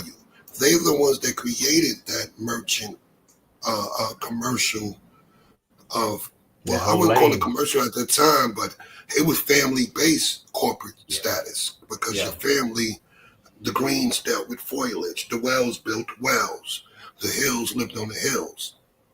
That was them coding in their merchant travels from back in the day. So in the 1600s, as it gets here, you'll see that the Plymouth, Rhode Island, Rhode Island is the Mecca of Sephardic Jews, 1630 for all researchers. Just go into Rhode Island and Newport. So the north in Massachusetts, you'll see that it spread it, and of course, New Amsterdam is New York. 1620 right now, you have a whole bunch of Sephardic Jew merchants coming into New York, because it's New Amsterdam, we must understand. Like Max said, when the English is coming, the Dutch is here. I said that in the 1500s. Yeah. They're the pirates. They're the Sephardic financiers. We're going to show them in Pirates of the Caribbean Part 2. We went through who the pirates were in Part 1. We're going to show you in Part 2 who the financiers is, and the top 3 Sephardic pirates that are sitting out there financing themselves. But they're here at the 1620s in this Puritan movement, when the overall perception of the 1620s is, damn, there's a lot of Hebraic things going on with these tribes. It can't be for the families that have came for the last 100 years because we know their history, we know who they are. Right. So it's remnants of an earlier time. So you have people from the 1600s all the way to James Adair in the 1700s who say, you know, these people have remnants of this Hebraic thing, whether it's from 700 AD with the Colonial story, or whether it's they came with in the 1200s, or with Theodoric, or with Columba, Saint Columba, Saint Brenda. All these narrations, the Welsh were here. That is them correlating what they see the first 100 years in America, and mainly in the 1600s up to James Adair. We got Mac back. You could take it. Man, listen here. That's it. You already know what it is, but all right. So where I was at though, in the 1620s, Monte.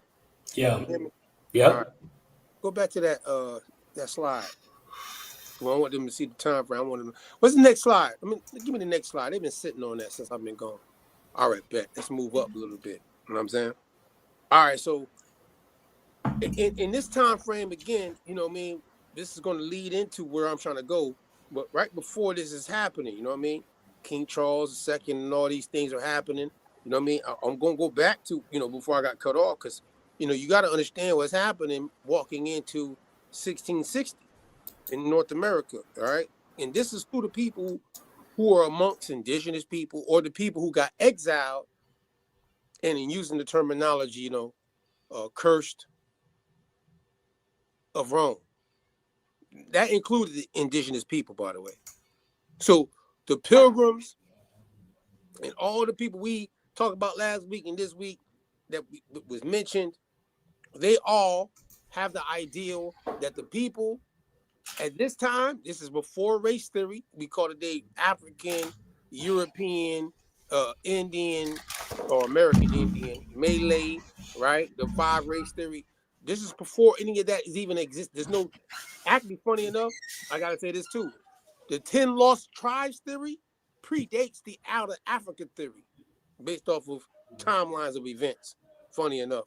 But in the historical ideal of what's going on, the Puritans interpreted these communities through Deuteronomy 28. So this is where most people in America who tie themselves to always speaking about Deuteronomy 28, they might not even know. They got to give credit to the Pilgrims. You know what I'm talking about? The Puritans and going into this time frame, because they're the ones that looked at the Indians like the 10 lost tribes, and they looked at all the people who were not the Indians as people still of what we call a Hebrew descendancy. You know what I'm saying?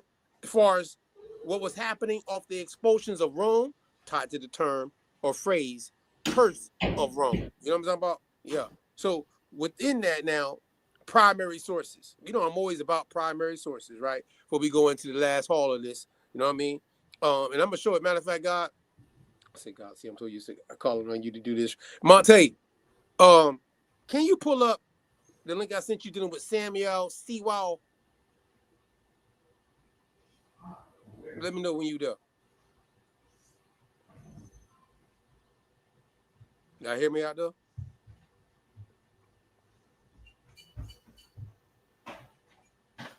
Y'all hear me though, right?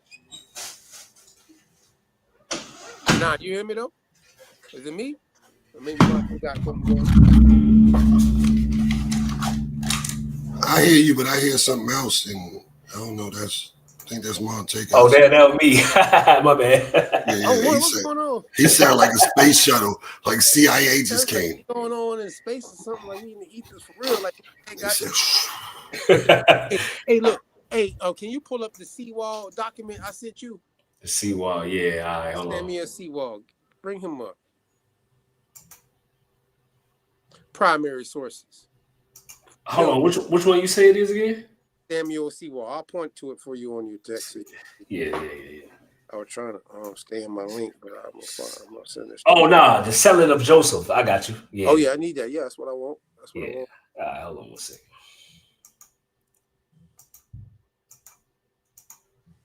Cause I want to get, before we get into that, I want just to see that screen or that right there. Because now we talking shit. I can go in. See. We're gonna get to. Now, slide down a little bit. You know, obviously let them see you everything. You know what I mean? Go to page 2 after you slide down though. And make it a little bit bigger because I want the people to see. Oh yeah, make it bigger. That's page 2.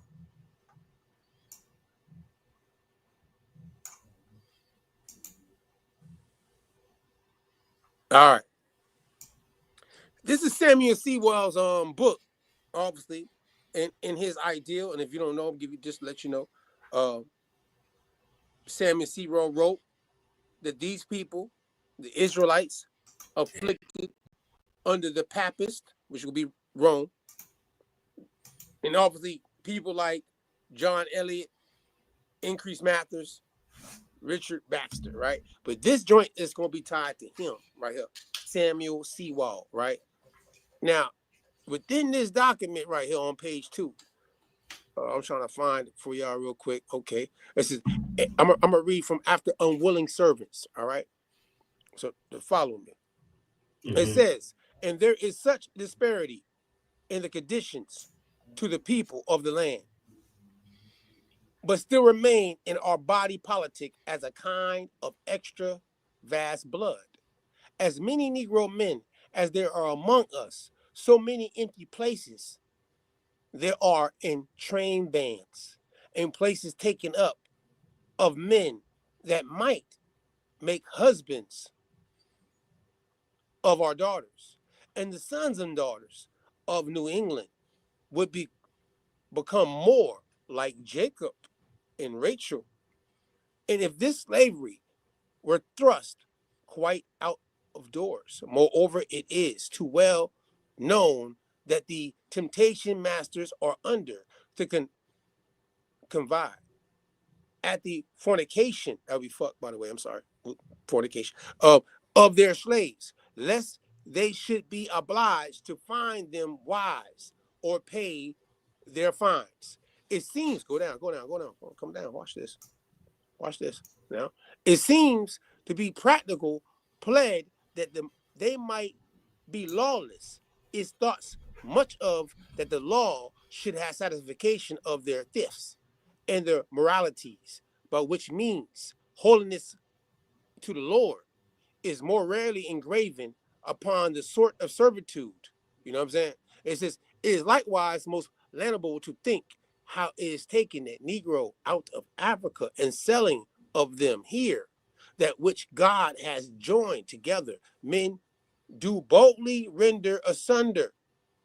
You know what I mean? Now, I want you to see where it's leading down to in this time frame, right? He's a very clear person, Puritan time frame. Everything's highlighted. I ain't gonna read this whole thing. You see the word come down after that. Barbarous usage of friends and kinfolk in Africa.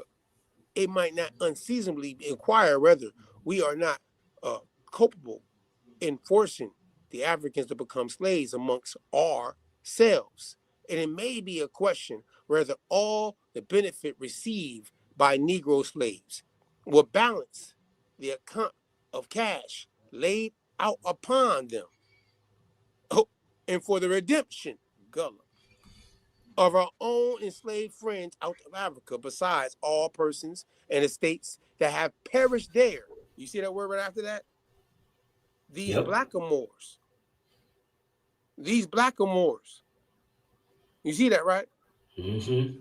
Now, this is the term outside of the Greek term for Africanus that they're actually calling North Africa, understanding the term Africanus Provincia or Procilius, that region of Roman ideal, which is North Africa. This is when you see that Greek ideal, how they span it, you know what I mean? They're talking about North Africa in that ideal. And they're correlating to this term now in their time frame in Europe. And this is, you know, this man who's a Puritan, you know what I mean? This man who's a Puritan. And they look at all these people being influenced, Blackamoors, that are coming into the region out of the European areas that are cursed by Rome. They're not saying cursed by Ham. They're not saying cursed by Canaan. homeboy right here, he's saying these people are cursed by Rome. You know what I'm saying?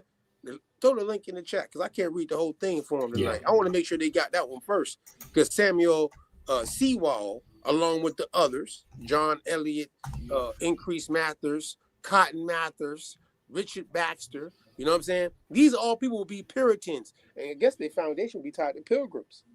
You know what I'm saying? What we would call some, people that came over after a certain time frame and some that were already here at a certain time frame.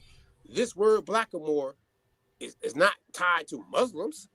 You know what I'm saying? So the people that are tying to coming out that region are already politically aligned with the ideal of what we call Hebraicism. You know what I'm saying? Because of what these people, such as this man's for such to say, is tied to that right there in itself. Look, matter of fact, highlight that right there. This is tied to him too, right? This is tied to him right here too, right? That's the same book, right? Yeah, uh-huh. Yep. Right. Hit that top part right there where it say Adam and all that right there in there. Because this is his book. Oh, okay, you know what I mean? Yeah. So I want you to know when he's saying Blackamoor, see, I went to page 2 so you can see the word Blackamoor, all he's saying about what's happening with the people, right? But he's telling you it is most certain that all men, as they are sons of Adam, are coheres, and all equal rights unto liberty and all other outward comforts of life. God hath given the earth with all the commodities unto the sons of Adam. See, they already had a Hebraic ideal about what they were dealing with and who they were dealing with, even in the equality, because they looked at the Roman Catholic situation as Puritans, Pilgrims, and the people they're calling Negroes or Blackamoors, in the connection that they are tied to this lineage that goes back to the nations of ancient time. You heard me? Now, what you want to say? It's on you. Nah, keep going. I ain't got nothing to say. I'm reading. About that? Nah, I'm reading this up. Hold on 1 second then. Hold on 1 second. Nah, so while you do that, this also, so we talked about the year of the Bible before, where America admits that the foundation of law, and not just in America, but a lot of places just derived from that Bible because it also is a law document, right? So this is showing you right now the sons of Adam. You know what I'm saying? It's showing you the verses, how it's tied and how it's interpreted, meaning that sovereignty is derived from the Bible, bro. You know what I'm saying? This is how King James was. They planned to be able to operate within the 13 colonies. They ain't just come on here on a prayer. They had a plan too. However you want to judge it now today, this is a fact. What they put together and orchestrated to be able to come into the 13 colonies, they definitely wasn't a last minute scramble. Yeah, and they're consistent, even with their own documents, not even within their dogmatic, some people would say religious ideals or the denominations that come out of the Puritan or Pilgrim ideal. What they were saying at that time frame is correlated to the fact that it's really tied to what they already knew happened prior to them coming over, and the people are already being persecuted going back to Rome. See what I'm saying? This is before race theory. See, I want you to understand, there's no race theory yet. But we know there was a Roman Inquisition. Right. We know that. Ain't nobody going to sit here and tell us that there wasn't a Roman Catholic Inquisition tied to European powers. And what they did to those people are being called Yahudim, Jews, Moors, also known as Blackamoors. You know what I mean? And obviously what they did after 1510 to the people they called conquered Indians. That is the foundation of what was going on with this situation. See, but now as that's being shown, I'm gonna show you another one. I'm gonna back it up. Monte, what's the next one I got right there for you right there? Let me get that one too. We gonna get it out the way. Next slide, next book. What you talking? The good news. Oh yeah, I got it right here. Yeah, it's Sunday service. We're gonna give them the gospel. Yeah. Good news. We're spreading it. Let's see how close on this I can get. Yeah, this is the Pilgrim Puritan shit. You heard me? Is that Puritan Pilgrim shit I'm showing y'all right now? All right, and you got to understand that this right here is going to be tied to. I'm going to give you the name. Hold on. Matter of fact, I want to really like go in on this, but time permits for me to go fully in. You know what I'm saying? But I want to make sure I just give y'all the name because I got so many names here. I want to make sure I give you the right one. Hold on for a second. I got too many sources here to give you at one time. You know what I'm saying? But this good news joint right here, tied to New England, right here in America. You know what I'm saying? Good news from New England, or a true relation of things very remarkable at the plantation of Plymouth in New England. Plymouth landed on us. We ain't landing on Plymouth. You heard me? All right, now look, this book, this right here from New England, this is here in America. It's tied to Edward Winslow. I mentioned him last week. I want to make sure y'all got the exact name tied to the source document. You know what I'm talking about? Right. It's his source. You heard me? Now, Good News from New England is one of the earliest published first-hand accounts of the establishment of the early years of Plymouth colony, i.e., Pilgrims, settlement, Plymouth, and what we call New England. The book is a true relation of things, the remarkable, describing hardships, many apparent deaths and dangers, and all the stuff that's going on. Remember that Winslow, you heard me? Now, within this is also describing the Blackamoor, the Negro, as a Hebrew and as a Jew, those who are coming over, being persecuted by Rome, and also tied to the Indians that they, in their mind, Puritan, Pilgrims, are of the 10 lost tribes of Israel that predate, again, you bringing up anything to me about a race theory. You know what I'm saying? Right. Watch this. Watch this now. Watch this.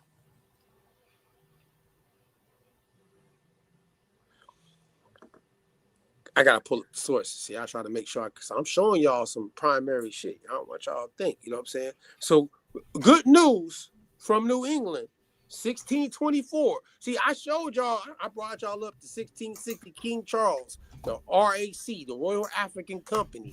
This is when you first actually get the term African, even though there's documents because of Greek and certain things using the term African, but there's no race category for it at the time. You know what I'm saying? It don't come until after the fact. We're going to get to the shift now. I'm trying to get there. I'm trying to get there right now, CC. But this is a primary source. And this is what we like to show on Sunday service, primary sources. You know what I'm saying? So understand this what I'm showing you right now, and it's in the link. You can go back and read it for yourself and go, research Winslow. You know what I mean? I gave it a person's name, tied to it, surname. Some of y'all got Winslows in your family, you heard me? But Good News from New England, 1640, contains several points where Winslow and early Plymouth leadership framed the indigenous people, their customs, and the colonists' own mission through Hebraic lens. This is from primary source here now. The Jewish, as people like to call, or Hebrew connection in Good News from New England, 1624. Puritan theology in this book is entirely Hebraic. You see the source? Mm-hmm. Hebraic. Edward Winslow is writing a separatist, which means he'll be a pilgrim, even though he's also known as a Puritan. Puritans believed their movement in New England was a new Exodus, not the original Exodus, a new Israel, in a new Canaan. They even went so far that they, in this time frame before the race theory, that they compared themselves to the new Canaan. New Canaan. New Israel. Themselves as a new people of God, following the pattern of the ancient Hebrews.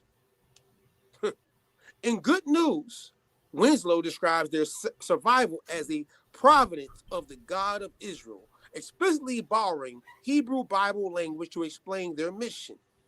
They constantly cast themselves as Israelites. This is what? The Puritans, right?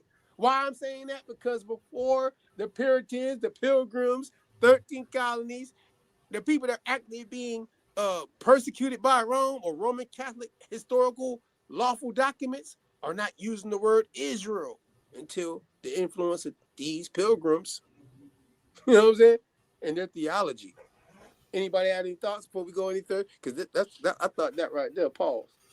Nah, so it's like, so basically, so to surmise, so people who knew, right, and they hearing this and they trying, because they may have heard this, people, they may have heard, hey, black people really the Jews and things of that sort. So when this information is presented, so you can put them in a frame of reference. We talking about the 13 colonies now. We're showing how we've been talking about black Europeans. Now you putting together the Hebrew connections in the establishment of these colonies. That's what you're saying, right? Right. That's what I'm showing. I'm showing in New England, these primary source people, just like the institutions tied to Yale, Harvard, Brown University. You know what I'm saying?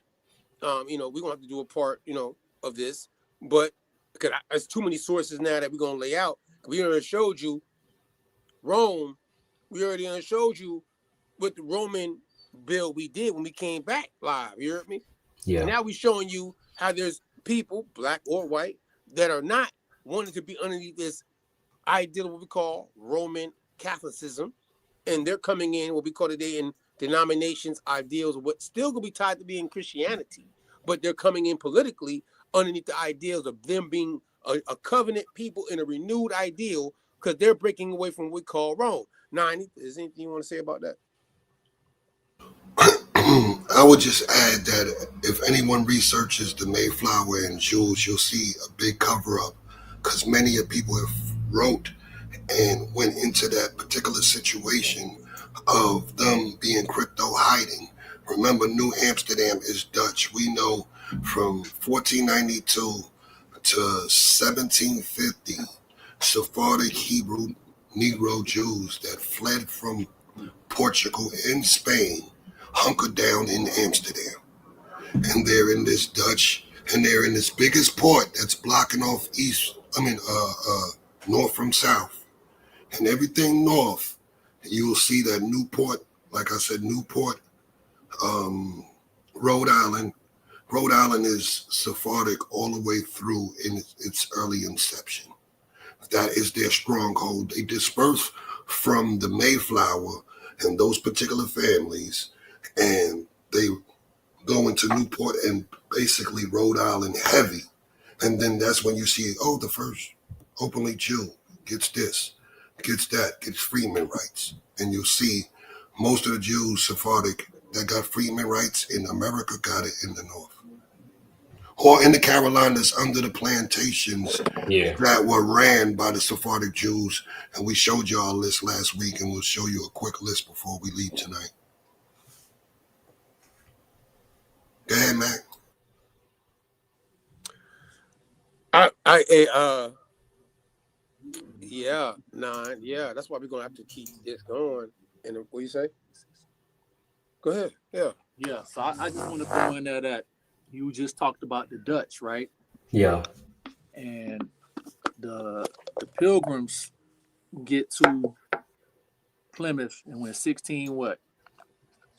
20? Early 1600s. I think it's 1620, you on point. 1 year after the 1619 situation down south. Go ahead. 1 year after that, do you know what company was formed? The Dutch West, which one? It was the Dutchman was first. Before them. The Dutch West Indian, the Dutch West Indian Company. Yeah. Which we're gonna show those bankers tie into them, right? Yeah. 1,000,000,000%. Them black Dutch. 1,000,000,000%. And they had the charter on the website from Avalon Project. They had the charter from New York. Right. At the same exact time frame we talking.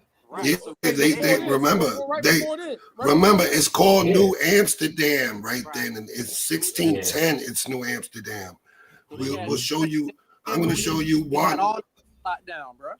Yeah. Exactly. And one of the black pirates was Juan Rodriguez, which we're going to show you. He was operating over there at that particular time. And that particular time, he's operating over there. They know who he is, and he is out there in that area. And he has letters of marque to attack any Spanish ship that comes or any Portuguese ship. Remember, these Sephardic Jews they lost their Portugal home. So Portugal, they're against themselves, even though their family and their remnant is still there. The remnant of them is still banking all the way at this particular time. Everyone didn't leave that expulsion. So we have to understand, when you look at those surnames, they all go back. So the New Amsterdam is Dutch territory. It's pirate city when it comes to anything flagged that got Spain or Portugal in the air. They hitting them boys every chance they get. Because they financed to loot the silver. It's a great silver network under what they call the Gabi Consortium, the Carvajal Consortium. These are families. We talked about the Carvajal last week. Yeah, the Carvajal Consortium, the Gabi Consortium. We had the Salvatore Consortium that played, you might as well call them the square, not the triangle trade. Call them the Star of David trade. They're on 6-7 lands, operating all at the same time. You have a Sephardic network that is funded by Amsterdam Jews. Amsterdam banished Portuguese Jews. That's who's funding the whole New Amsterdam situation. Monte, bring the PDF back up real quick. Let me see something. Right. Go to page it's like page 14, I think. 14? No, hold on. Let me go up. Because this one was messed up, but I'm going to still use it. Page 8. 8, all right. No, 9. Page 9. With the financiers? Yeah, these financiers particular. All right. Abraham Mercado, he had to deal with ship credit in the Caribbean. He was based in Amsterdam. The Soso family, they was the dynasty of capital. Like, they gave out capital to ships and syndicates. Different loans. Yeah, different. They're in Amsterdam at this particular time. Isaac Abraham Levy, who we touched on real quick, he's doing Amsterdam, Brazil movements, and he has on-sea naval stores. Think about this. You have an on-sea naval store. So Juan Rodriguez that I'm talking about in the North knows to protect these on-sea naval stores in 1620 when he's operating. You have to paint the picture of what's going on. Right. This is the number one way of trade and commerce at the time. Facts. The Levy family, right under him, that was his son, Manuel. He gave credit to anything in the Barbados and Jamaica. Because remember, in 1650, Cromwell and them take Jamaica. How they take Jamaica? They take Jamaica with Sephardic financiers that we already showed. Yeah, because they understood this banking, this methodology they had about banking and the way they was dominant with this. Exactly. They had the main Abarnell family, who we know is the same Abarnell family that was dealing with Christopher 150 years earlier, was the maritime insurance head on this list. He's number 9. If you get into him alone, researchers will see, and he was a Sephardic Jew, and there's multiple accounts that, primary sources that say he was what they call El Negro. So part of the El Negro series. So when you look at all these people, even the Curio family, who took names of Murillo in Spain and in Spanish in Latin America, were bullion traders of that silver that the pirates needed to get when Spain was coming in. You see what's going on? Yep. So painting that picture of the 1620s, I would like to end with the last page. I want you to go to page, not the last page, but I'm going to it now. It's page 15.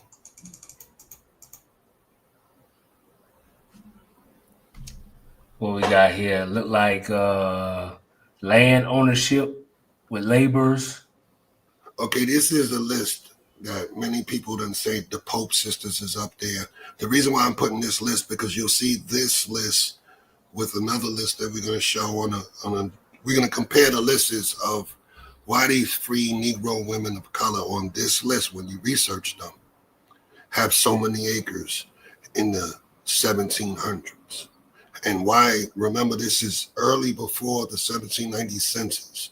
That you have 1714, you have Rebecca Jones with 240, and her records is 2 enslaved and 2 indentured. She did corn and hogs.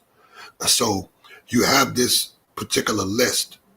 Now, this list is operating, if you look at the Pope family, for 80 years before, 60 years before 1736, when this particular Dinah Pope, whose mother is the one they call Dilsey Pope, who everyone says sold her husband in slavery after an argument. Remember, she's this is the same family. They have Dina Pope. They have multiple popes, Hannah Popes. In the popes at this situation within 100 years from 1660 to what we consider Dina's time, 1750 around, she's dealing with 1,000 acres within 8 women. So we have to understand, and Elizabeth Key Grinstead, she's the one that made them change the law. She's under her from Northumberland. You see her with 500 acres, 5 servants, tobacco, 1656. Yeah. This is beautiful to end right on Elizabeth. Elizabeth Key, who had the Key family, the Grinstead family, remember, it then turned patrilineal because of her. Because of her situation, they cited her situation when they turned it into a case law. Case law. Yeah, use her for case law. So all researchers, Elizabeth Key, her mother was Negro and indigenous in the records. Her father was Scottish and Negro. English and Negro in the records, meaning his grandmother was Negro, her father was Negro. She sued for slavery because she had a situation where her parents put her into an apprenticeship. They held her too long. Whatever the situation is, they try to sell her. She has 2 key cases. She has Supreme Court. She dealt with Virginia, right? Huh? Yes. Virginia? Yes. Now go ahead. No, yeah. So she's a key to show you that Negroes not only had land, but if you look at the list and you research them yourself, these independent researchers, you take these people, you'll see that a lot of them popped up. And they popped up out of nowhere because of 2 factors. Because of the influx of that running Negro Sephardic Jew, marrying into indigenous people, trying to protect them through jurisdiction of what was on the way here. Because the English Bible, like you said, and God alluded to, this biblical text was the jurisdictional manual. So King James gave it to this side of the northeast coast before Spain got their push up, because Spain already had the whole South America. Before they got their push up, King James tried to create a safe haven because he was battling that enemy over there. And the financiers of all that was getting expelled from over there, no matter what, if they were crypto Jews or Moors, because we can show you the link of the Moorish niggas that were Negroes that were kicked out that came in too. So you have an amalgamation of situations, even though we're focusing on the Hebrew. Hey, so I just want to say one thing for Matt, pick it up, just for everybody who watching to come look at this list right here. This Virginia. Look at these surnames, bro. You got Brown. Shout out to you, Mac. You feel me? Jones, Tucker, Davis, Tibbs, Peters, Cole. What do these names sound like? If they was in America right now, what would you guesstimate would be the majority of people with them surnames? What would they look like? You feel me? Think about that when you listening to what we saying about Black Europeans, about all the proof in these colonies, bro. So go ahead, Mac.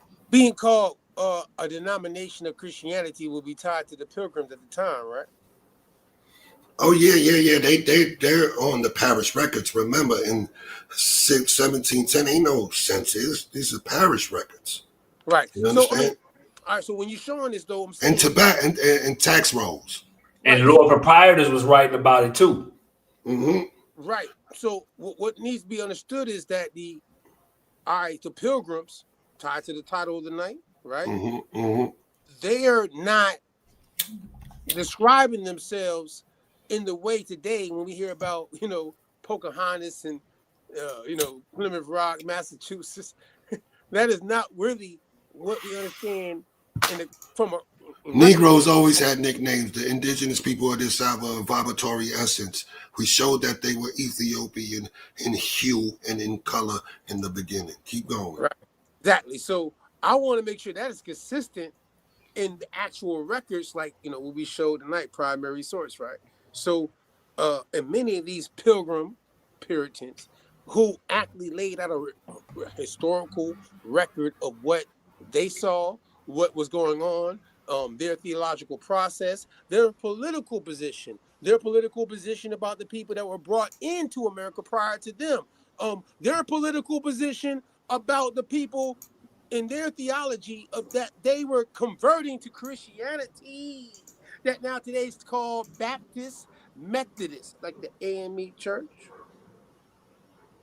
Because all of them, when you look at their foundations, it's going to be tied to this Hebraic ideal of what we know Christianity in those denominations, tied to the 13 colonies, which is not a Roman Catholic background now. Mm-hmm. Listen here. Show me something different. Now, when it comes to before the shift, right? Before the African theory, you had the 10 lost tribe theory. And for my indigenous folk, I'm not saying that you is that, by the way. Yeah. You got to find out if in this little period of time, now that you know there were dark-skinned people here, Ethiopian-like looking, that didn't look, they didn't say they were Asian dark-looking, Mongolian. Right. Well, they said they were Ethiopian-like, Canary Island-like. Well, we're going to have to wait until next week probably for this part. You know what I'm saying? But we trying to just get sure the point is clear.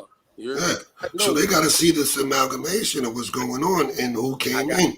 Them Judaic people came in. Them Judaic people came in. They were the financiers of every plantation almost over here. I'm cruising on them, trust me. On Cistron, I'm cruising on them right now. You know what I'm talking about? The shift. This is important before we slide, Monte. Shout out to the party. We it is what it is. We got interrupted. Anytime interruption, I got to make up for it. You know what I mean? And I always got to be very consistent with what we saying and what we talking about in the bill, in the title, what we talk about, right? All the sources, primary sources that we leave for y'all to go research on your own. Because we really, as an autonomous party, we need y'all to be researching yourself. You heard me? Don't take our word for nothing we saying right now. You heard me? Because we showing it. Go research. You heard me? That's what it is. That's autonomous. But as a Maroon, that's what made me be autonomous in the first place. This is my thought press, not to go off of anybody telling me anything for us to even do what we're doing right now. You heard me? So when we get on the timeline, especially dealing with this situation, right? And you understand the foundation of what you might call your ancestors and genealogy that was in Mississippi, and your ancestry genealogy tied to churches, right? And how they might be tied. But you notice they ain't tied to the Roman Catholic, which means them Pilgrims, that Puritan theology that's rooted in the Old Testament, using terms like Israelite in Exodus with Moses. You know that before there was a Hebrew Israelite situation with the Saunders and them that created, people say, tied to Hebrew Israel. We're going to get to that now. But tonight is just the laying down the foundation that if you ain't even bringing it up if you don't got the Pilgrims. You might not even have an Israelite movement, Hebrew Israelite movement in America if it wasn't for the Pilgrims. I hate to say it like that, but that's the facts. Puritan, Methodist, things that predate anybody using these terms. Even though I'm not dismissing, because of what we know, the Pilgrims also are documenting lawfully, curse to Rome. Curse to Rome. Now, here we go. 1600s. Negroes and Blackamoors equal Hebrews underneath the curse of Rome. Puritan and early Protestant belief. From the 1620s to the early 1700s, English Puritans repeatedly described Negroes, Blackamoors, some Indians, not all Indians. You heard what I just said? Yeah. Some indigenous folk are being described this way. Not all that are here. amongst them at this time, and they're recording what's going on in this time frame, right? It says, as Hebrews, Israelites, or Jews in exile. That's what we're going to land on. You see, Monte, what I sent you, we're going to land on exile. We're going to land on exile, right? Hebrew word, based off Puritan understanding of things. We're going to land on it, right? Now, Hebrews under the curse of Rome. It says the Puritans era that we just covered tonight as we close out, and y'all vibing with us. I appreciate y'all. You heard me? Puritan colonial sermons that you can go research and tell us we wrong, come back and put it in the chat. You see something, say something different. You heard me? It says New England Church Records. John Eliot mission writings to a particular group of Indians, not all, and Cambridge, Cambridge, like university. Yeah. In Boston, you know what I'm saying? Broadside, 1650s, 1680s, give you a time frame. I'm keeping moving now. It says this phrase meant Rome, the papacy, empire, persecuted Yahudim, which been known to the Puritans in their understanding of things as Israel. All right? It says the people suffering under the papal nations, which is going to be tied to Portugal, Spain, were believed to be Israelites. Blackamoors, especially, were tied to Sephardic and Marrano dispersions, 1492. Going back to Spain and Portugal. This is what the Puritans, and this is what they're saying. And all them different primary sources I could have read through, they're going to beat up. All right, this is the group of people they talking about in history. This is the historical, it's not my opinion. Puritans believed in New World equal New Canaan, also New Jerusalem. The tribes of Israel were already dispersed among the nations. The Sephardic Jews and the Blackamoors arriving from Iberia equal the remnant of that diaspora. Some indigenous groups, the Powhatan and Narragansett, the Wampanoag, resembled lost tribes' typographs, meaning how they look. Phenotype. Yeah.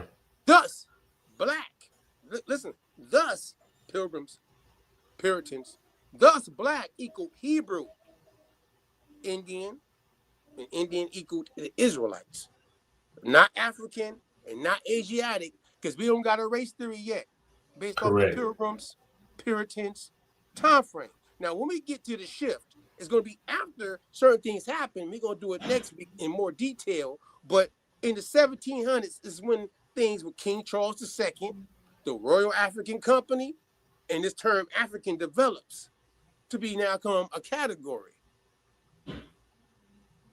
dealing with these same group of people, Anglo-Saxon, Puritan, etc. They shifted, y'all. They flipped the script. You heard me? They went from one thing to the next. You heard me? Right. They went from the historical documented things of what Roman situations were happening in the New World that predated them to coming up with a race theory. You heard me? Yeah, they the same group. It was a shift. Something happened. But it was a shift. You heard me? I want to make sure you see it. Now, understand the timeline. And again, I'm going to take you into Royal African Company, Duke of York, New York, from Amsterdam to New York. You heard me? Oh, Carolina. Before it was called the Carolinas, because the Carolinas tied to who?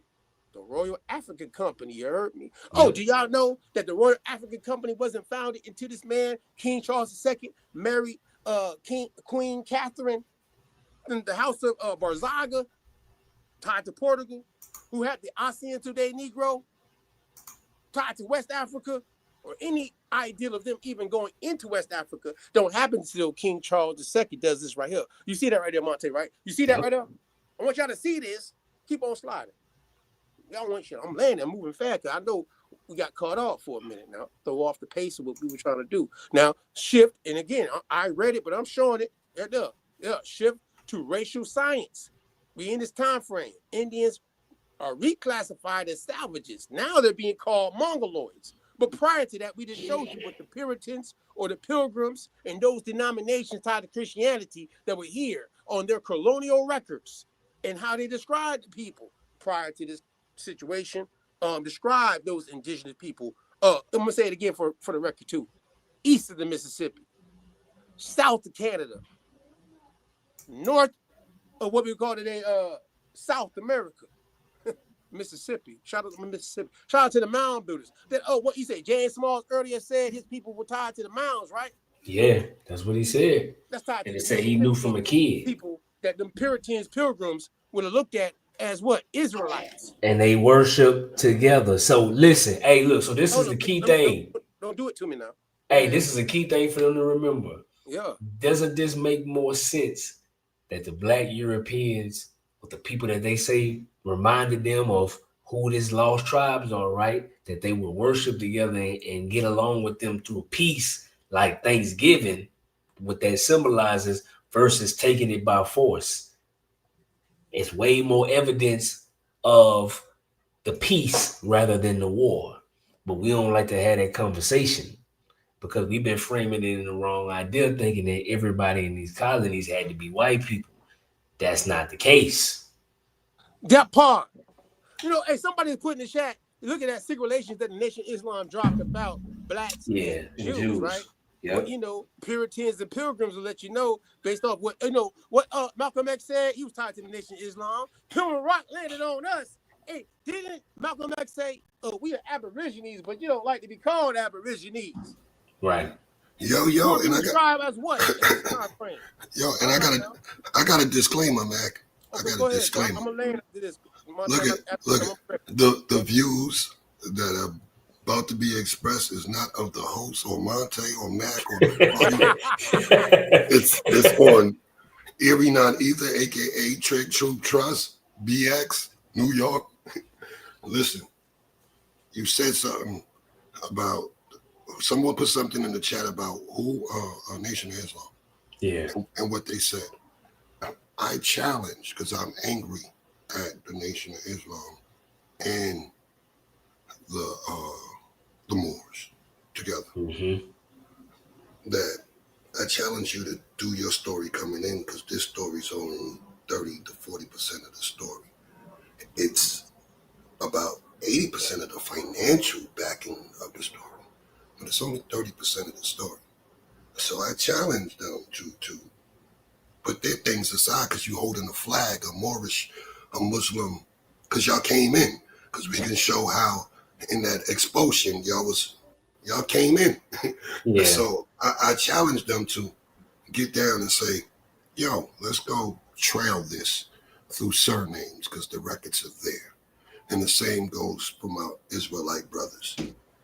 Like, get into showing the people what you're telling them. The paperwork. Let's see the connections. What they're connected to.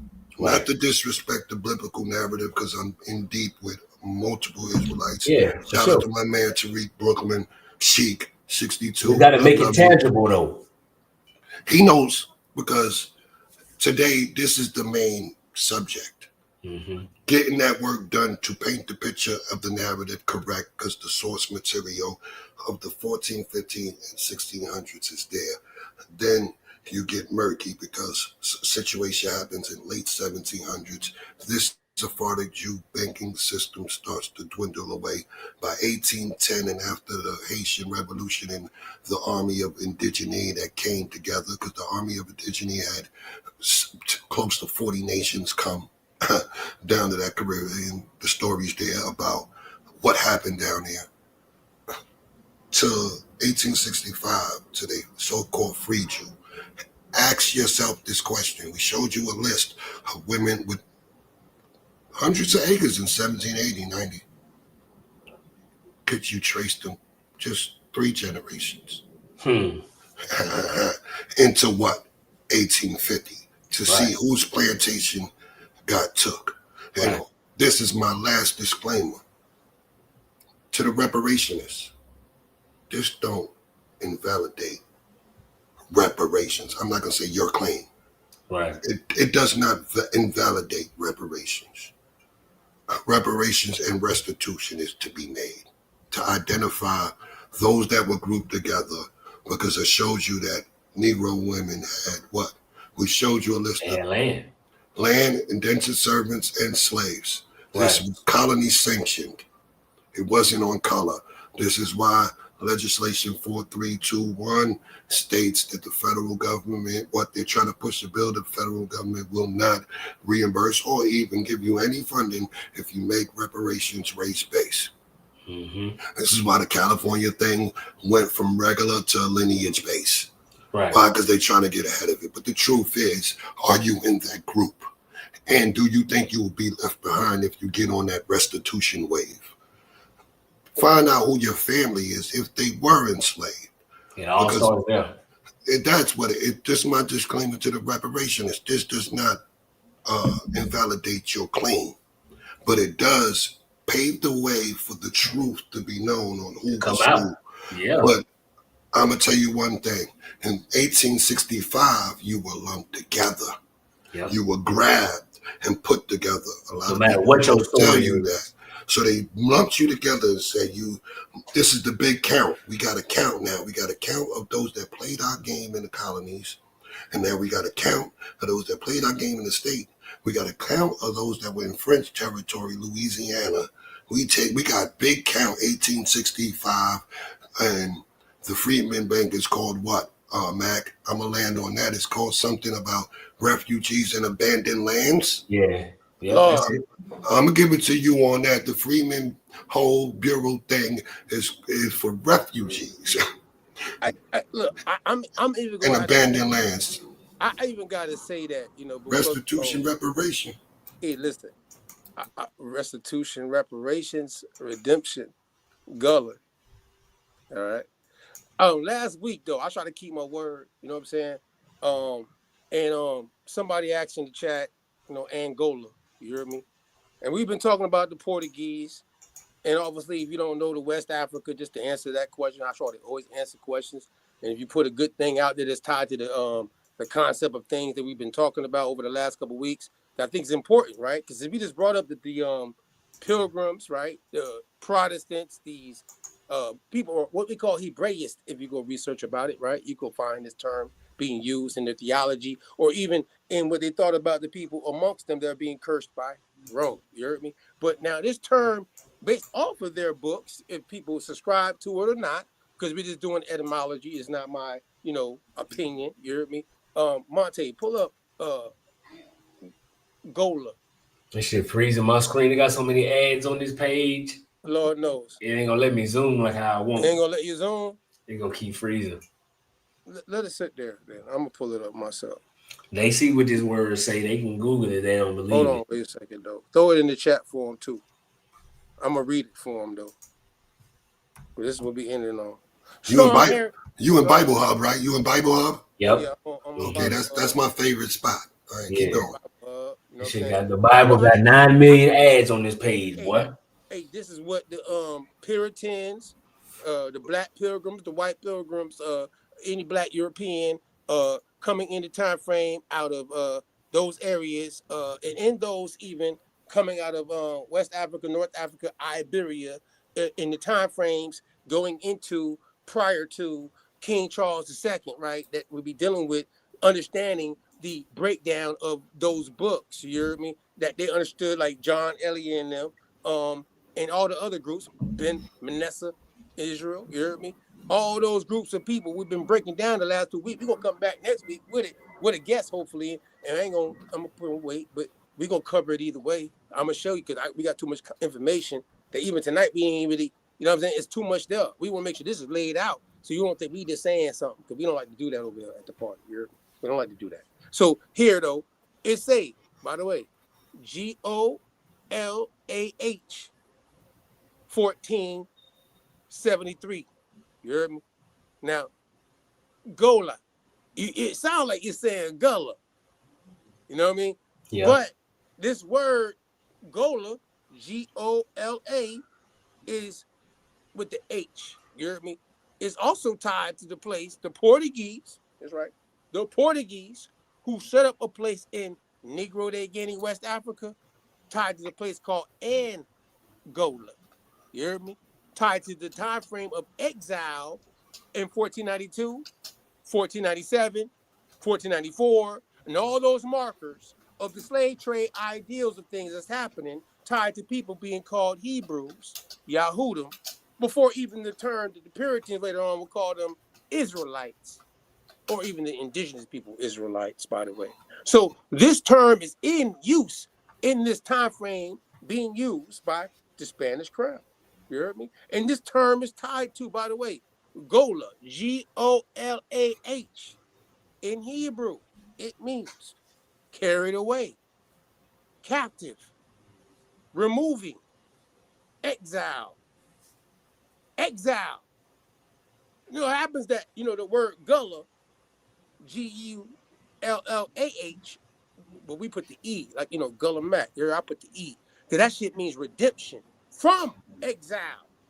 Golah in the Hebrew ideal. And if you understand what's happening with these Hebraists, Pilgrims, Puritans, Methodists, Baptists, and all those different joints, and your heritage of what you might have been influenced by, if you say you're not tied to it, white man gave it to you. However, you know, like Malcolm said, you hear me? You're Aborigine. You don't want to be called Aborigine. Because you definitely predate 1776, United States of America. So tap in with us, though, for the next one, because I always try to keep my word, though. Gullah, your own Gullah. You heard me? Shout out to the Gullah Mass Choir. We try to redeem our people, not exile our people when we talk about. You heard me? Who conquered Angola? Say what now? Who conquered Angola? Oh, again, it's a colony. It's a colony. It's a colony of who? It's a penal colony of Portugal, Lusitania. Portuguese Sephardic Jews. Right, where we get the word Luso-African that you find in history. The word Lusophone. Lusophone going into where? West Africa. Setting up penal colonies tied to St. Tom and Cape Verde, and also tied to the Congo, where the crown in the Congo became Christians, influenced by the Portuguese, which also would be tied to Lusitania. Yeah, from 1440. Yeah, okay. Them Portuguese had Madeira Islands in 1420, right? They had the Azores in 1430. They had Cape Verde. They had post in Cape Verde, 1450, trading posts all on the west. Yeah.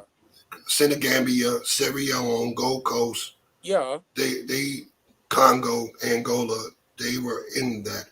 They named Angola. That part. Yeah. We gotta understand. All that right there. All that. Yeah. You gotta do your history. That part. Henry the Navigator. Yeah, that part. Henry the Navigator. Woo! Hey, Diego. Don't do it. Diego Cayo.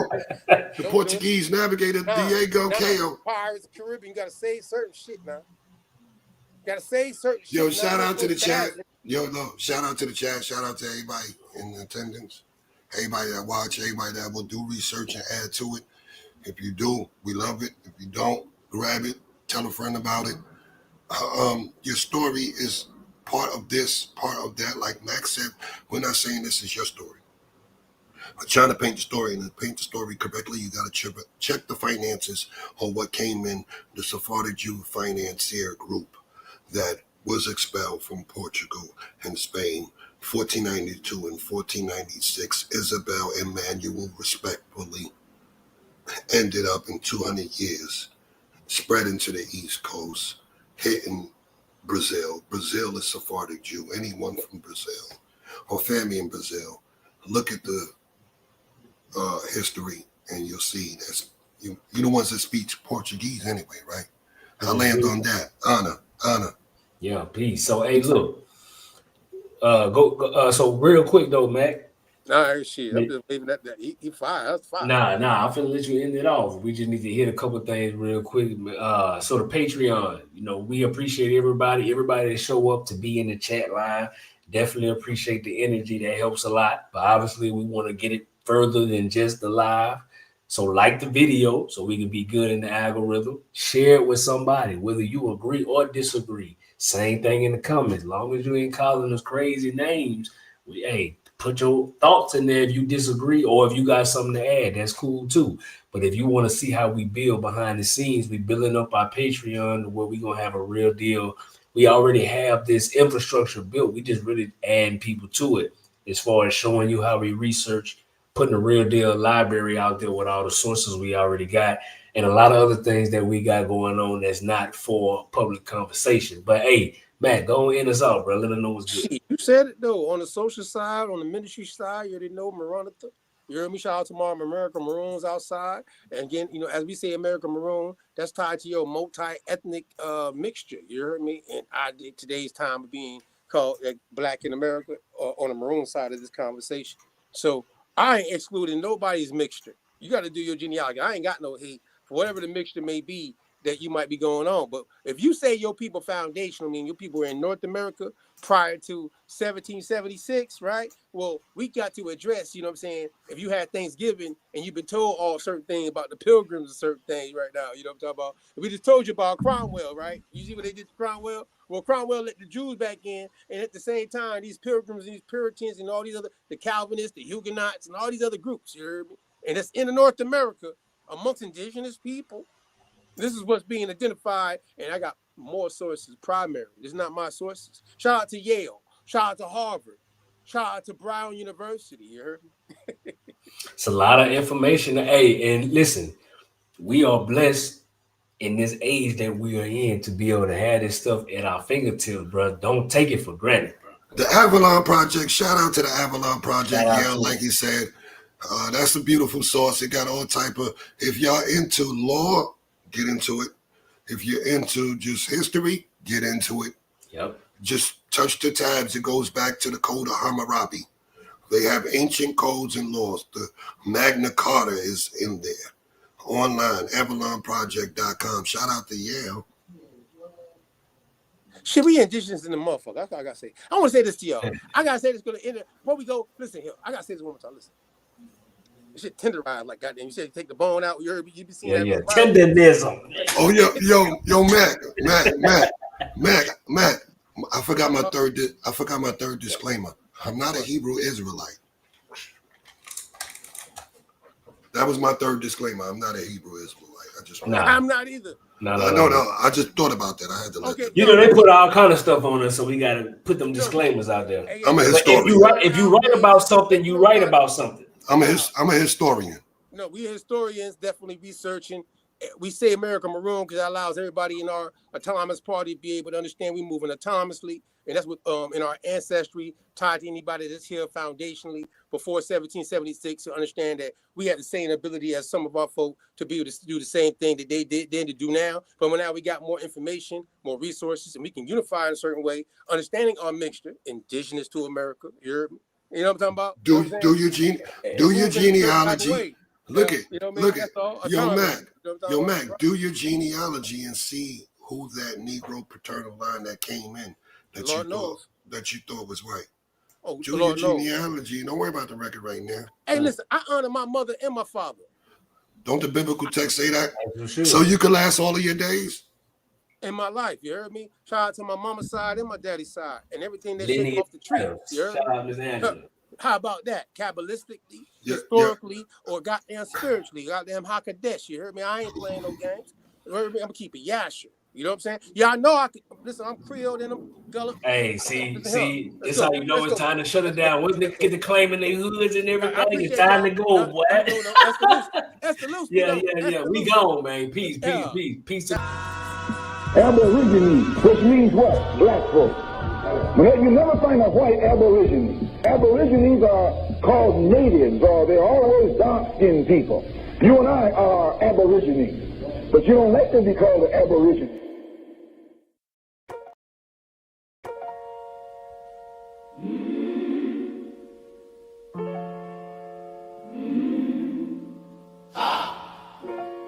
They changed our names, but the truth still lives. Some say we came from far away. Some say we've always been right here. Two stories at the same doorway, both chasing what our hearts hold dear. Old maps, new maps, who's to say? We just want the truth that they erase. Two roads, one people, still searching for the name they stole. Baby, two roads, one people, still walking back to what we know. Oh, we rise together, no matter which path we chose. No, two roads, one people, still coming home, still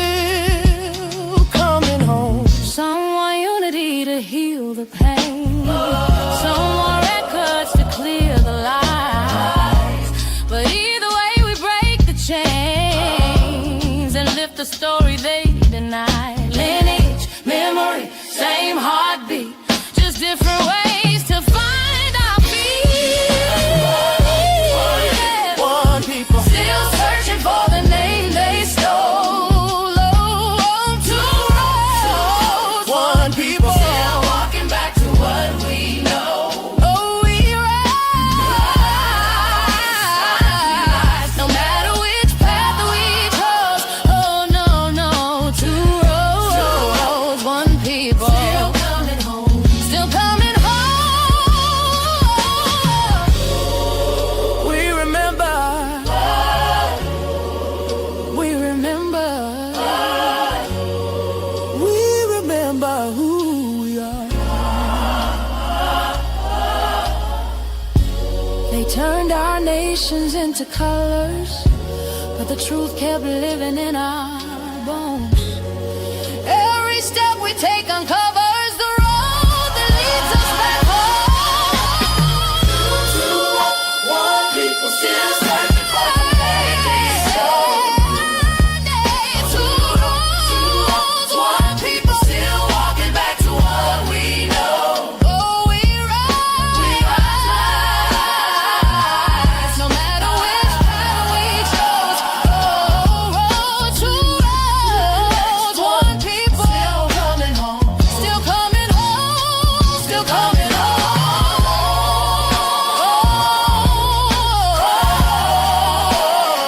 Still coming home. Still coming home.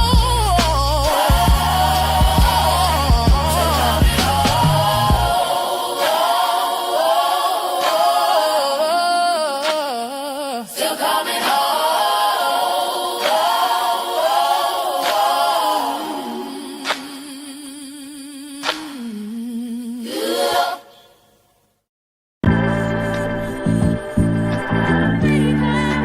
Not tonight. I don't wanna fuss and fight. I just wanna make it right. Ooh, there's work to do. I wanna give you close to you. I wanna get you with all the things you want to do. Just relax and I'll take care of you. Anytime you want me, saying that I love you every day, and I know like you love me, baby, if you feel it.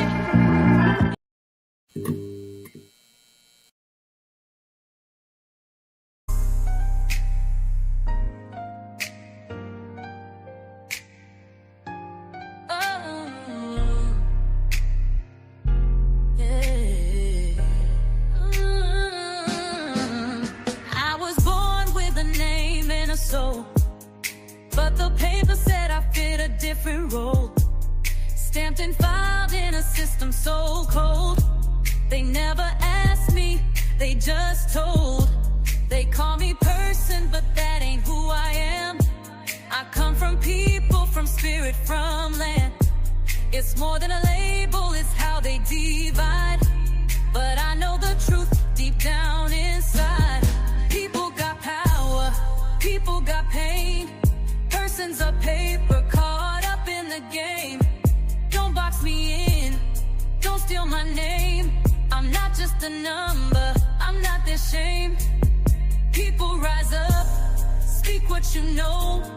You're not a person, you're a soul that glows.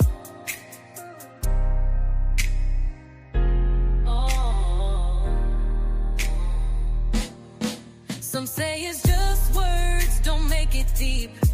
But names are spells and the cuts run deep. How they define you, how they bind you. But truth don't sleep, it'll find you. All this legal fiction, built on omission. They rewrote the books and hid opposition. But we're not words, we're not just names. We're breathing proof they can't contain. People got power, people got pain. Persons are paper caught up in the game. Don't box me in, don't steal my name. I'm not just a number, I'm not their shame. People rise up, speak what you know. You're not a person, you're a soul that glows. no check in the file. I'm walking with grace, I'm walking with style.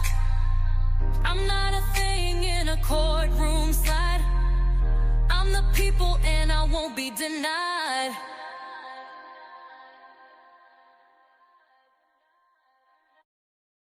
Dhage na tinak dhinne dhage na tinak dhinne dhage na tinak dhinne dhage na tinak dhinne dhage na tinak dhinne dhage na tinak dhinne dhage na tinak dhinne dhage na tinak dhinne. Every day I wake, I make my mind up. I'ma be the one, be the truth, be the way. Yeah, every day I wake, I make my mind up. Gotta keep my mind on the because they only telling their side of the story. Out here telling lies like they on Mongoloid. And poor rich kids get their money all phone it.